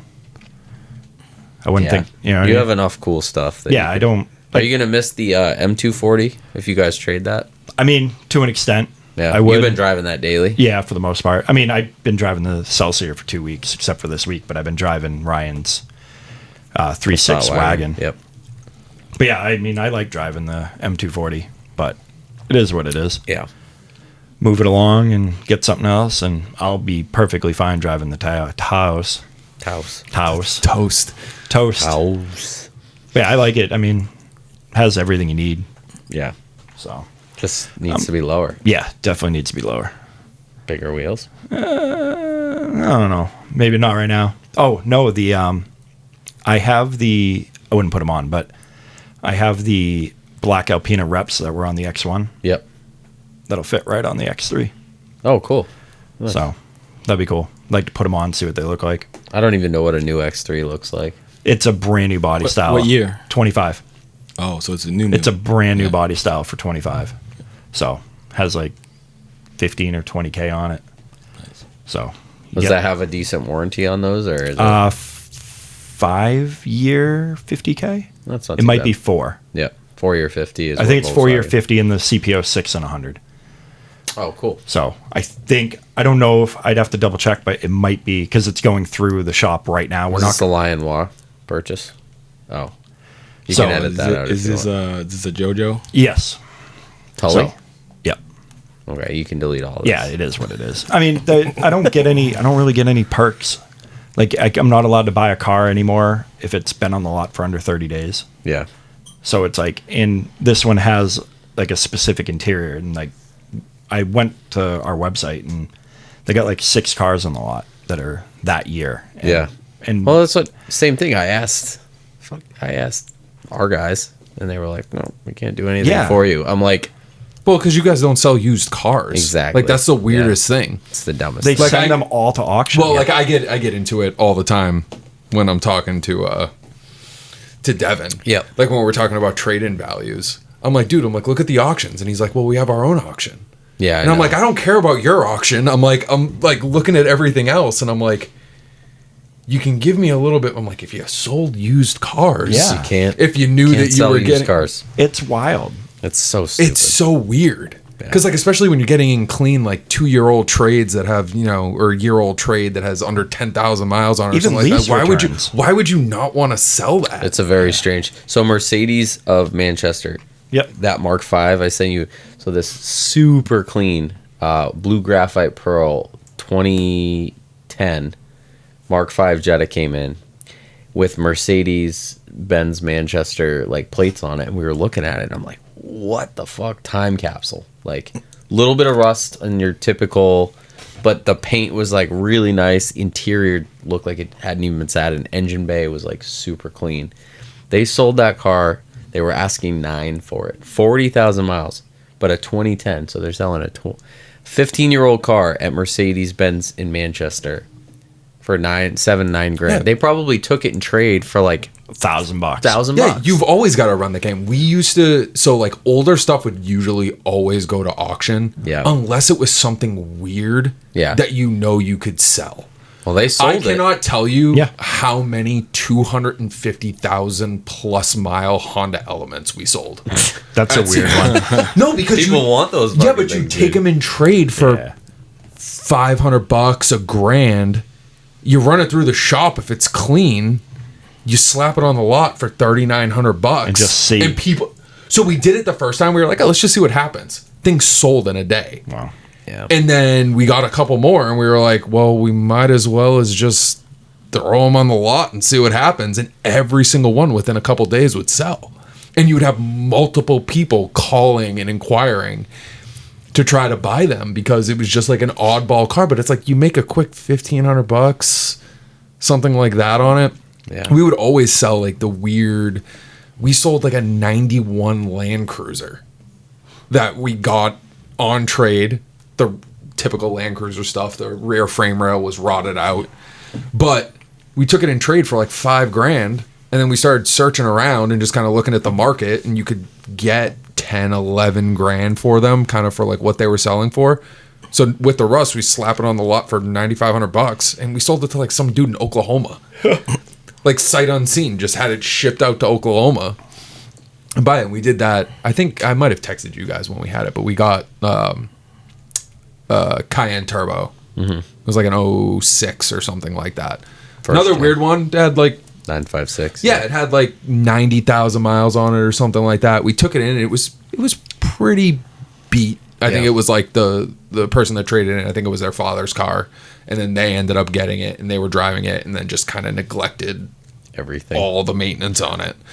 But it was the same thing. You know, we took it in trade for $15,000. We had to, like, you know, because like the used car manager was like, well, what are we going to do about the brakes and stuff like that? I'm like, you can't cheap out and call friggin' like AutoZone and try to throw some roto. I'm like, I'm like, call down a Porsche. I'm like, it's probably going to cost $4,000 in parts to get the brakes or whatever. But I'm like, when you're selling it, it's going to make sense. We ended up doing that. The PPF was fucked up on the front bumper, had the PPF redone on the front bumper, and just did like a few other small bits to clean it up. We ended up selling it for like $28,000. Oh, wow. And it got shipped out to Oregon. Wow. We took in, but it's just like this weird stuff that it's like, that's like with the used car stuff. It's like, especially even if you want to limit it and only sell like lease returns or like your own brand, anything or under 3 years. I'm pretty sure that's roughly what Tully does. It's like 3 to 4 years. Like there's nothing older on the lot. But it's very strange. Like to me, like I think maybe you get to a certain size and you have enough dealers that you just, I don't know, maybe they're. You make weird decisions because try to save money. I don't know. Yeah, but or like, maybe you're making money in different avenues, so it's like maybe that's just not something. Like I will say, when you do sell used cars, like Auto Fair pushes a lot of used cars, they end up getting it on the back end where it's like stuff kind of. Well, although they work it though, because they sell the warranties and stuff, and then they call the warranty companies and make them pay for the repairs they should have done before the car got sold. As long as it's after 30 days or 90 days, you would know more than I would. But what do you mean? Like if you sell an aftermarket extension, like a warranty extension, you can't make the first claim for 30 days. Usually, that's kind of like it's a red flag if you make a claim like directly after, because like I didn't do it, but we had some prior individuals that were in the office that were like, you know, a car would break, it's just out of warranty, they'd be like, oh, why don't you buy an extended warranty and then get it covered, and then you get red flagged because you know, you literally you know, there's literally a clause in it that says it does not cover pre-existing conditions. Oh, shit. Yeah. But I mean, the lovely dealership that you had mentioned, well, I mean, you know, you're going to get a bunch of problem when you literally call Enterprise and just buy a bunch of fucking rental cars to put on your used car lot to call it a day. But, I mean, if you push a lot of used cars, people will come back with issues, especially if it's not like a clean one or like you're like. But I completely understand like not selling stuff that's out of warranty. Yeah, completely understand that. Like, but it always bites you in the ass. Yeah, but especially if it's your own brand though, and it's under warranty. Yeah, it's a like, no-brainer. Just make money. Put them on the lot so people have options. Well, then you have the cars that come back. You sell them as used cars, then they end up coming back for service. Yeah. It's kind of a weird, like I said, I think that you get to a certain size or you have different avenues of making income as a business owner. Maybe, you know, you're not so focused on like that stuff at the ground floor, on the ground level, because people come in and they want a used car. And if you can get one with a CPO, like I purchased a car from a dealership that we don't work at because of that very reason. Like those guys want to sell a 22 Arteon because they know people want them. Yep. They know it's gonna sit on the lot for a little bit, but like you're not gonna lose money if you take but that not only trade. that, but you hit certain numbers with Volkswagen when you sell CPOs.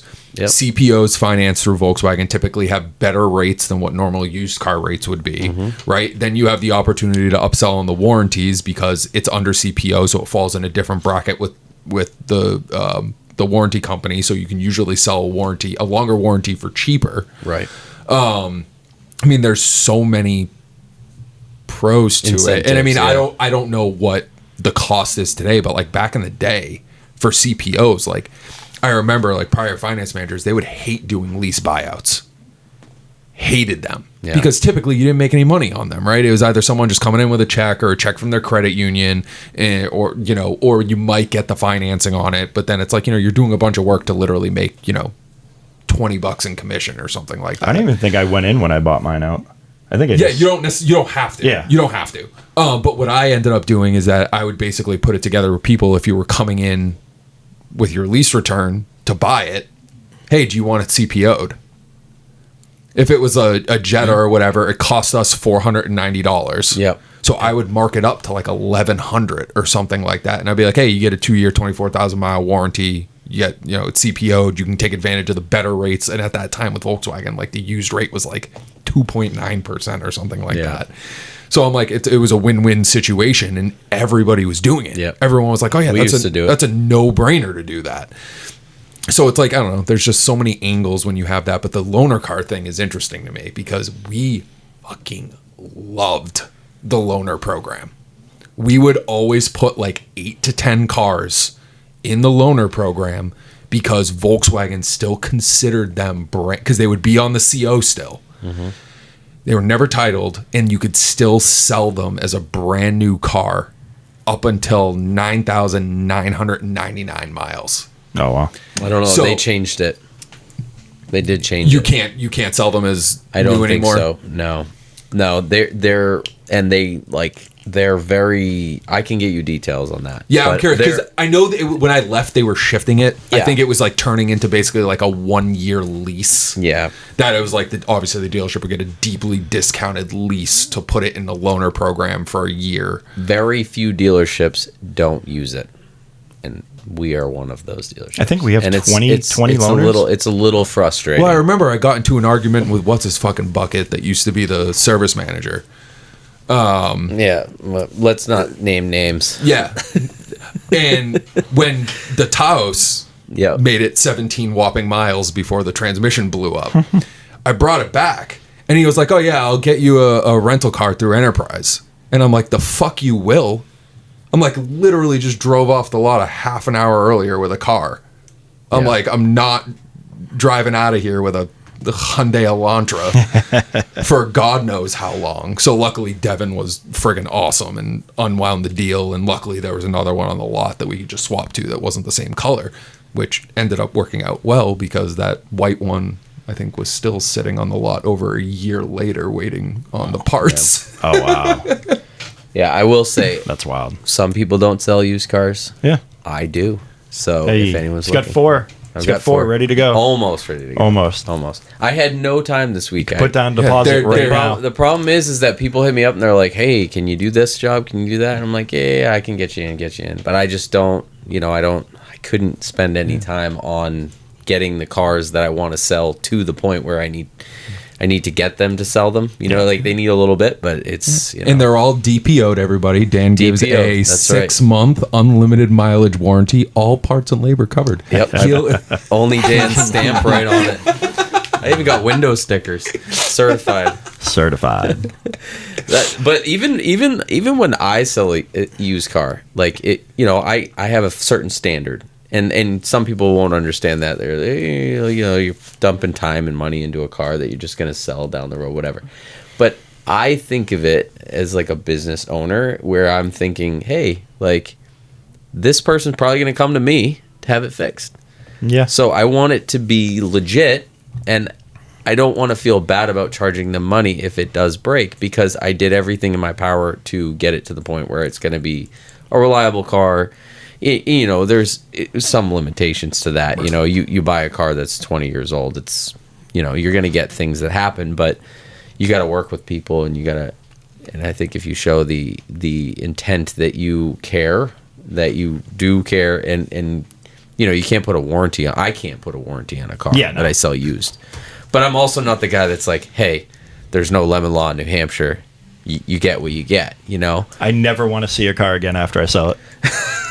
Ever. Oh, man, every car I sold, I was don't always mind it. as is I don't- underlined. I don't mind it because it's return service work for me. And that is the money that I can make, I guess if I was flipping minis, it'd be different, but Yeah, I don't usually sell a lot of used cars because, but the ones that I have sold in the past, I end up getting customers for life, most of the time.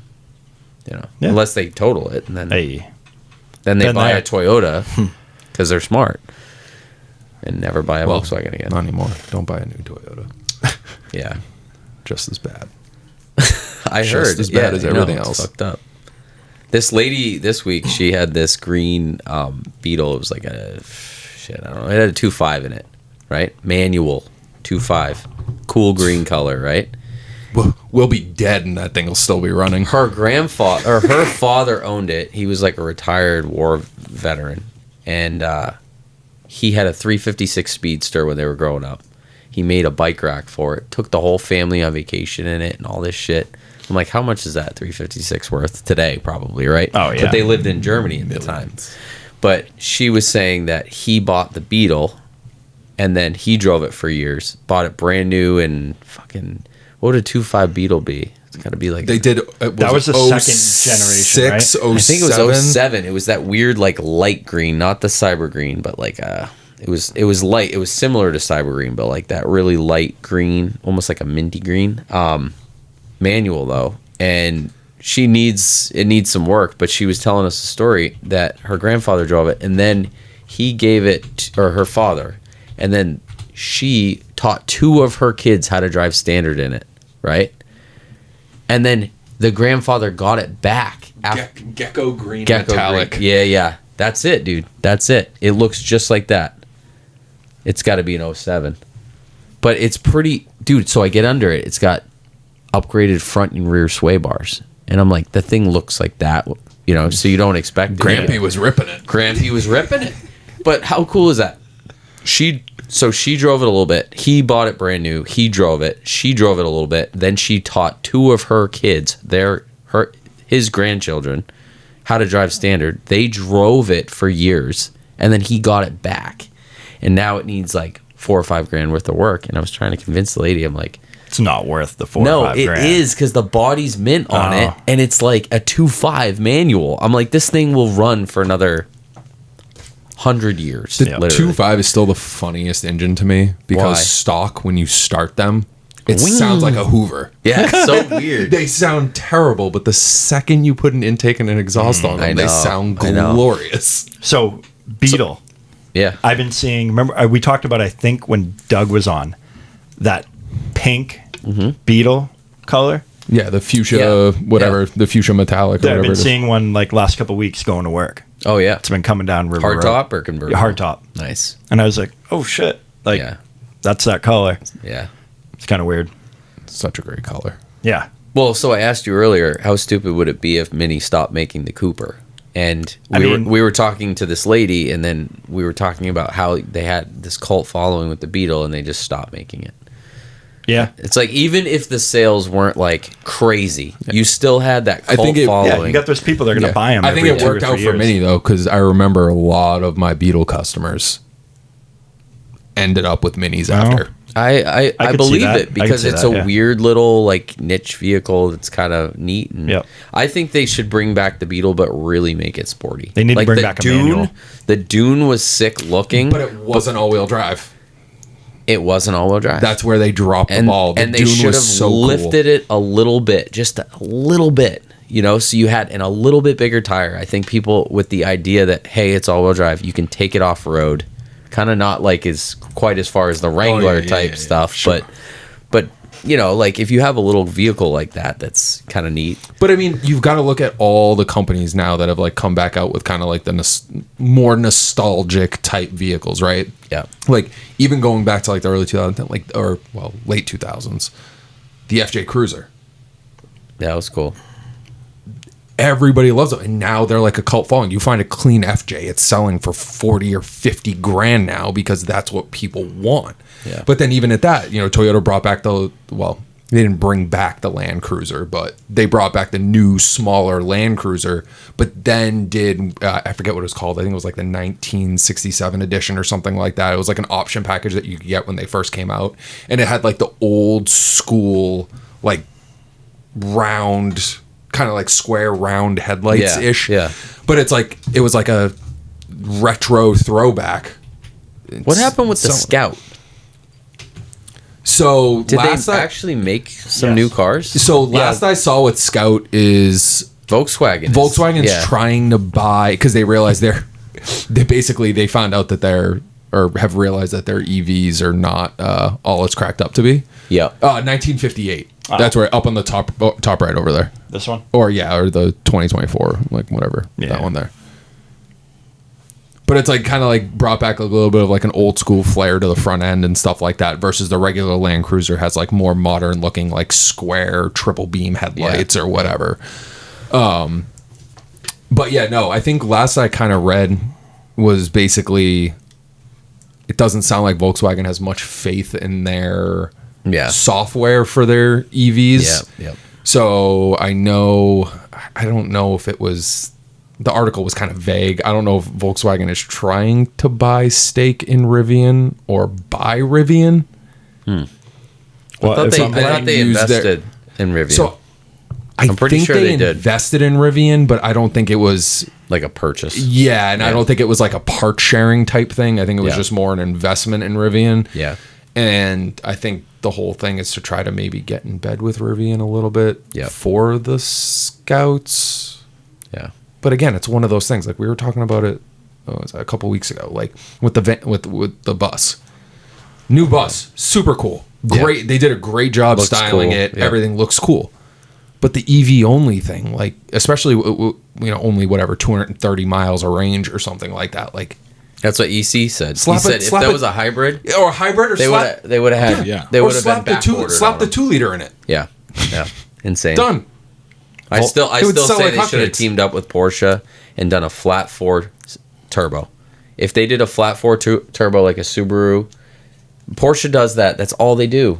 Literally all you would have to do is make a cheaper Porsche Boxster motor, a 4-cylinder turbo, stuff it under the bus. You have a hybrid front drive, and then if you wanted a fully electric, it would all be interchangeable. You could make it on the same chassis, and it would have brought back that heritage of the bus, but hey, with a little Porsche flair. Maybe Porsche wouldn't allow that to happen, but they didn't have to tell anybody. No. The Porsche 914 had a 2-liter that ended up in a bus, the Vanagon.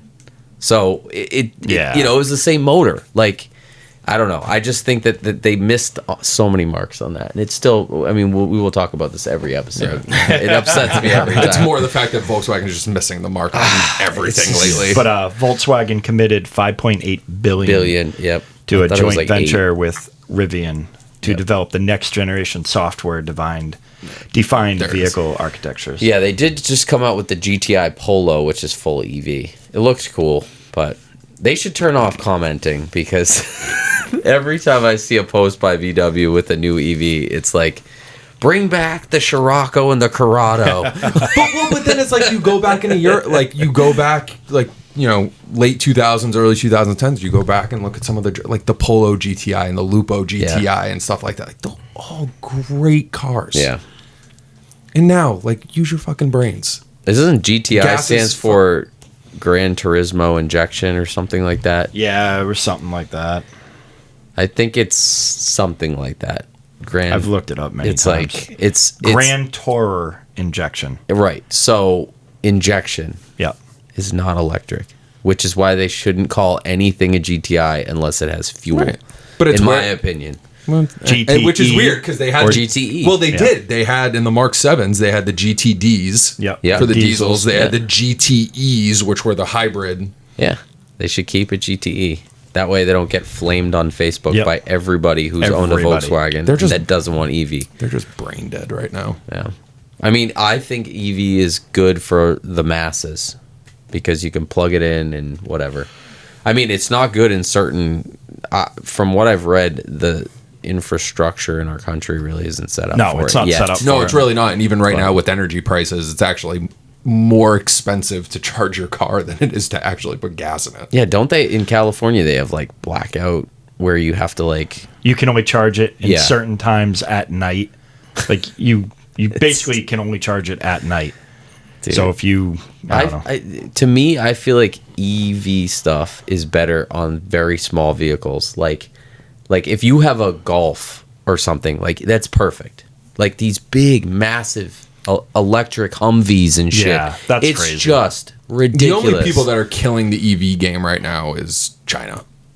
Yeah. All the Chinese companies BYD. I mean, all those companies, I mean, they figured it out. Massive power, 400, 500, 600 miles of range. Yeah. And a lot of them do have gas engines in them, but they basically act as generators. Right. To charge the batteries. Recharge. Yeah. I just think the EV thing should be reserved for smaller vehicles and like Big bikes. cities. Bikes are amazing. The electric bike thing is crazy. Like you can do, but also like we're not really set up as a country for like bicycles or commuting like that. We don't have a lot of public transportation options, whereas like places in Europe and stuff like that, they build cities and infrastructures around public transportation. It's like everybody here has to have a fucking massive SUV. So we're our own worst enemies when it comes to the automotive market, I think. Nobody can drive a jet anymore. Everybody needs a fucking Taos. No, it's like the same size, honestly. No, a Taos is just, I don't know. I know. You know what I mean? Look at like saying the name. No, but the thing is, look at a new GMC Yukon. Yeah, it's fucking massive. Absolutely insane. Like, dude, the Grand Wagoneer is a monstrosity. Fucking insane. Honestly, to drive that thing, so because we had one at work, so when I went down to DC for Nate's bachelor party, I took the Wagoneer that we had at work because I was like, oh, cool. Like, well, because we thought a couple other people were going to come down to us. It was just come down with us. So I was like, all right, cool. I'll grab the Wagoneer so we can, bring whoever we want with us. I mean, don't get me wrong. Super comfortable. The gas tank was like 30 some odd gallons, so I can make it from New Hampshire to DC in one tank. Yeah. Which was fantastic. And like, air suspension, it had like the aren't they really expensive? Speaker. Yeah, it was like 90 grand or something like that. Yeah. But it had like 27 speaker Macintosh stereo and like great like cruiser. But trying to navigate that thing anywhere. And I mean, we were staying like right outside of DC in Virginia. So like we were driving through the cities and like, whatever. It's like trying to park that thing, navigate that thing, forget trying to drive on some of the parkways through New York. And it's like, it felt like you were driving like an 18-wheeler. Like, I swear to God, the wheel, it only had like 6,000 miles on it or something like that. And I swear that the wheel had like that's called 5 the Jeep inches steering. of play. They all do that. Oh, yeah. And then as I was driving it, there was a Wrangler behind me. Yep. I think I was on the Cross Bronx Parkway. I think I was when I was driving home. And then there was a Wrangler behind me that got the death wobble. Death wobble. And the guy's like slamming on the brakes, turning, trying to get the death wobble to stop. The first time you get that, you swear you're gonna die. It is the most scariest thing when you first get it, the first time ever. The fact that though, I will be the first to admit, if there is one vehicle I passionately hate, it's a Wrangler. Gladiator 100% tops it. I'm not a huge Gladiator fan. I get it, but how is it legal to just have a car? No doors? No. Forget about the doors and shit. Go ahead, fall out of your Jeep. That's fine. I don't care. But to have it just be normal, that you could drive down the road and then all of a sudden your axle, your front beam could just start bouncing all over the road. It's usually when people lift them. Yeah. I would say generally, this thing was bone the stock. Some of the newer stock ones, they had issues with welding on the tabs. God. So that did happen in some of the newer ones. Made in America. But generally, the stock ones don't do that. It's when you stop messing with the suspension, you get it. Yeah, it's okay. That's why you can just Oh no! Hey, there's still pieces of crap. Don't get me wrong. And for the listeners, if I were to ever own a Wrangler, a TJ would be the generation. That's the one with the 4-liter and all of that. That's the only thing I would get the next generation. But I would only, Tim and I have been talking about this, getting a 4-door, but engine swapping it out. Because those 3.8s are going to blow up, right? So just throw even it could be the little baby LS into it. Just something just reliable, little cruiser, and then 4 doors. So you can go on class 6s with a bunch of people. For more whores. Well, you can go that far. But so is it the combination of worn components and lifting the suspension geometry that causes that, or what is the actual? Because I've seen it too, and it's terrifying. It's definitely next to you. Worn components are probably the biggest. Yeah. But when you stay like on the TJs, the link arms are short, so they, short arm lift, right? Yep. If you lift big on short arm, it really messes your geometries up. Yeah. But if you go long arm, you generally don't have death wobble problems as long as everything's set up properly. Yeah. But yeah, it's worn parts, and then you go too high in the geometry. And, like my Jeep's not crazy tall. Yeah. My Jeep's probably as tall. Well, not at the moment. When I had 42-inch tires, my Jeep was probably as tall as Tim's girlfriend's Jeep that was on 33s with a 4-inch lift. Yeah. So mine is, 42 versus a 33. Yeah. Mine is the same height. Right. But I only have like 2 or 3 inches of up travel. And then From the rest the is all actual down. chassis. Well, the shock Yeah, itself only has like 3 inches of up travel. Oh, to go right, up, right. Okay, And then gotcha. everything else is straight down. Yeah. So try to keep everything, Yeah. low center of gravity for To the keep weight. to keep with the house theme, flexing on them hoes. Flexing on them hoes. Yeah. That's what we do. That's what you have to do. How many girl listeners do we have? At least one.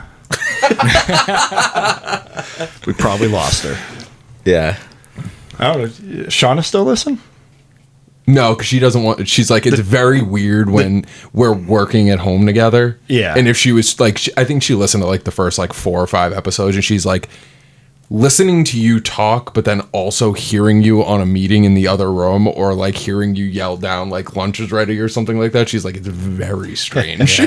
We don't. She also said that she couldn't get through like 2 hours, 2.5. She'd be like an hour in and be like, all right, I'm done.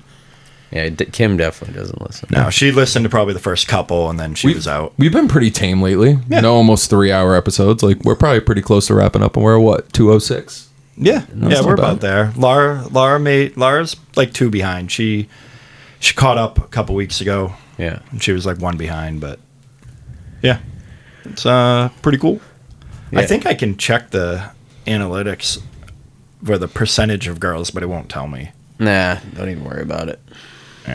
But Do we still have a random listener in Barbados or wherever it was? yeah, there's something weird. I'm assuming those are YouTube because it gives me everything, not Yeah. just Spotify. Yep. So I think that audience. So it's all the listeners. Everybody's in a 30 square mile radius of where we are right now. Yeah, exactly. It's everyone from New Hampshire and Mass. 1.1% Vietnam. Damn. 0.8 Japan. 0.5 Canada. We weren't there, but we care. Yeah. So what's the weirdest one? Morocco, Ecuador. But I'm assuming these are like YouTube. Yeah. But yeah, it's like less of a percent. So I don't know if that's 60 seconds or if they actually listen to a full episode. But yeah. Well, we don't really care anyways. 5.4% female. That's not bad. It's pretty cool. It's pretty cool. 5%. It's better than 5%. no percent. Yeah. Yep. At least there's somebody. Yeah. But yeah, I don't know. Must have been the pink beetle talk. It was definitely the pink beetle talk. All right, and the 5.4% is gone. Just lost it. No, but I do have a question, and it would really only apply to us 3. But Sorry, Sean Connery. no, I'm actually he's the 3rd. Like tools. Like what's a one tool you refused to buy for the longest time, but once you did, like you hated yourself for not doing it sooner? Hot stapler. Really? It's unbelievable because people break shit that's plastic all the time. Okay. And it's like, it's like not bad enough where we'd have to like order a new one, but it looks shitty. Like if you can fix it in the shop, no one's going to know the difference. Yeah. We run into that sometimes. Like if it's a trim piece, you got to order a new piece if you break it. But if it's something that's like, structurally holding something together or you're trying to fix something, it's just cool because it literally impregnates these hot staples. Hey. Yeah. You trying to lose more of the female listeners? Whatever. But it's really, it just heats up a staple and they have different, and you can literally, how people used to like stitch their bumpers together with like zip but ties? instead you do it from the inside. You do it from the inside, and if the seam is like, you can just clean. You can put them back together and you don't even know that it was cracked. And it's just one of those things where I was like, it would always be cool to buy one. And then I got one, and now I have one at home, and I switch, like I'll bring it to work sometimes, and then I need it at work, and I don't have it because it's at home, and vice versa. So that's one of those things that I thought was really neat to have. That's kind of an oddball thing, but like when you need it, and it can bail you out of a jam. It's like, oh, I got one of those, and people are like, fuck yeah, that'll be a quick fix. You know? Let it heat up for 2 seconds, literally a minute. You just staple it in, and you're good. So that's the one tool that I would recommend to people that is pretty awesome. But Shawn? I could think of others. I mean, probably the most simple one is like basically the little electric ratchet. I just refuse to buy one. Tim did too for the longest time. We just hand ratchet everything or use like the air gun or anything. And then we broke down and we bought one. Milwaukee. And I mean, 3/8 and 1/4 inch or just 3/8? So right now we just have the 3/8. Yep. The 1/4 inch is actually more money too. So I have the one that is the changeable heads. It's a long neck Milwaukee with the changeable heads. Oh, really? I don't use the socket portion. I use the 1/4 and the 3/8, and I slide it in, and I use that interchangeable head. Yep. Yeah, I think it's a newer one. Yeah, it's a couple years old. Yeah. But I might buy that one then. It's 100% worth it. Because I was just looking at those because I've been putting it off. Yeah, I mean, we did the same thing. At home, I just use air. Yeah. I use 3/8 air or 1/4 inch air ratchets. Because I kind of like the old school sound of them, like beep beep beep. So for me, I just think it's cool. Yeah, no, It's, at home, I'm like not as in big of a rush. Yeah, because I'm like, oh, it's fucking whatever. We actually been slowly transferring to all the battery. Yeah, the battery is the way to go. Instead of using the air, because it's like, man, I don't want to pull the hose out to do this, and it's like, so that's when I just use the regular hand ratchet, and then we brought it out, and it's like, oh man, I can just done. It's like, okay, that's so much easier. I have all the snap-on stuff at work for the air ratchet. I have or the 1/4 inch and 3/8 electric, and then I have like multiple like impact and screw guns that are all electric. So really, the only thing I use for like air at work is the tire pressure gauge, air chuck, and then my impact gun and an air hammer. But air hammer. I sometimes I'll use a 3/8 air just for like weird like little bolts that are. But most of the time I'm using electric. But at home, I was like, I've been putting it off. So I actually was looking at the 1/4 inch. It's funny that you guys brought that up because it really is just like I use it all day at work, and I'm like, the long neck's the way to go. You got to send me the link, or I'll look at that because I'll send you. Because Home Depot has a sale they had a sale for Father's Day weekend. They always have a sale. So if you're gonna buy one, well, Memorial Day they had a sale too, but it was the 3/8 only. And it was cheap. And then you add in the 1/4 inch, and it was like another $200 for just the tool. Yeah. So I already have the 12, I think it's 12 volt. Yeah. And then I have all the 18 volt Milwaukee stuff at home too. So I have the Sawzall. I have dude, I have some weird stuff. Yeah, I got nibbler. I bought something. It's like pick one of the tools. I was like, well, I'll take the saw. Yeah. I'll take the Sawzall. Sawzall's great. Yep. Yeah. I use it to cut up exhaust and shit because sometimes we gotta replace the flex pipe if it broke or whatever. So they give you they basically have markings where you cut it, and then they give you a clamp. So I usually end up cutting it with that. Yeah. What about you, Al? So pneumatic rear brake caliper compressor. So I feel like that would be Amazon aggressive. No, because you put it in between instead of having like the manual one with the screw. Yep. You basically put it in between, you hit the trigger, it pushes it out, and then you twist it in. You still twist it, but there's no threads. It just kind of moves it while it pushes it. You'll have to see. I'll have to see it. Yeah. But everyone in the shop had one. I was the last one in the shop using the shop How tool. do you know if like a caliper feels like it's binding more? You can tell. You can still tell because it won't turn. Because at that point, you'd want to just put a caliper in it. Yes. Yeah.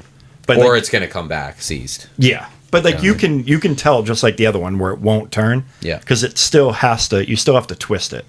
Yeah. Like you would a manual one. Mike? Air gun. I'm sorry, nail gun. Nail gun. Yeah.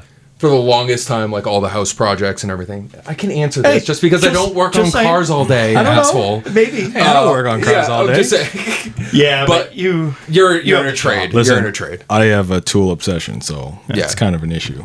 No, it was definitely a nail gun though, 100%. Because like all the house stuff that we would do and whatnot, I'm always just like, like whatever. And then it's like, of course, like if you're doing trim or something like that, you get super close. Would you use air or? No, honestly, I have a Ryobi one. Oh, okay, yeah.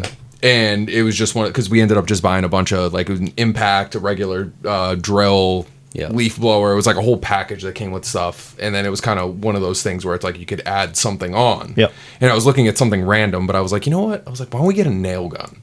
Yeah. And like a finisher, right? Yeah. Yeah. Yeah, I mean, you can put different size nails. No, in but it if you need to. But yeah, braid 18 gauge. Yeah. So I bought an air one from Harbor Freight because Laura wanted the finish was coming off the island. Yep. So I went and paid $30 and a thing of nails. Yeah. I mean, we've used that thing so many times, and just between like people calling me, like Nate has it right now.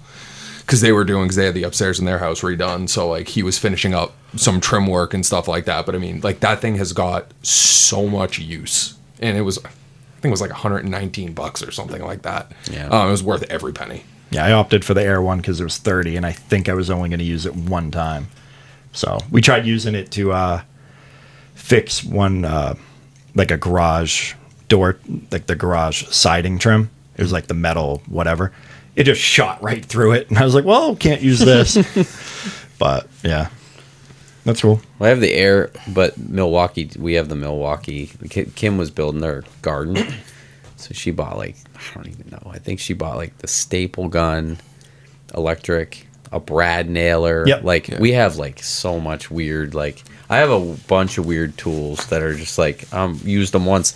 Like when we were doing the lower trim in the garage out back, it was all steel, like basically like roofing panels is what we used.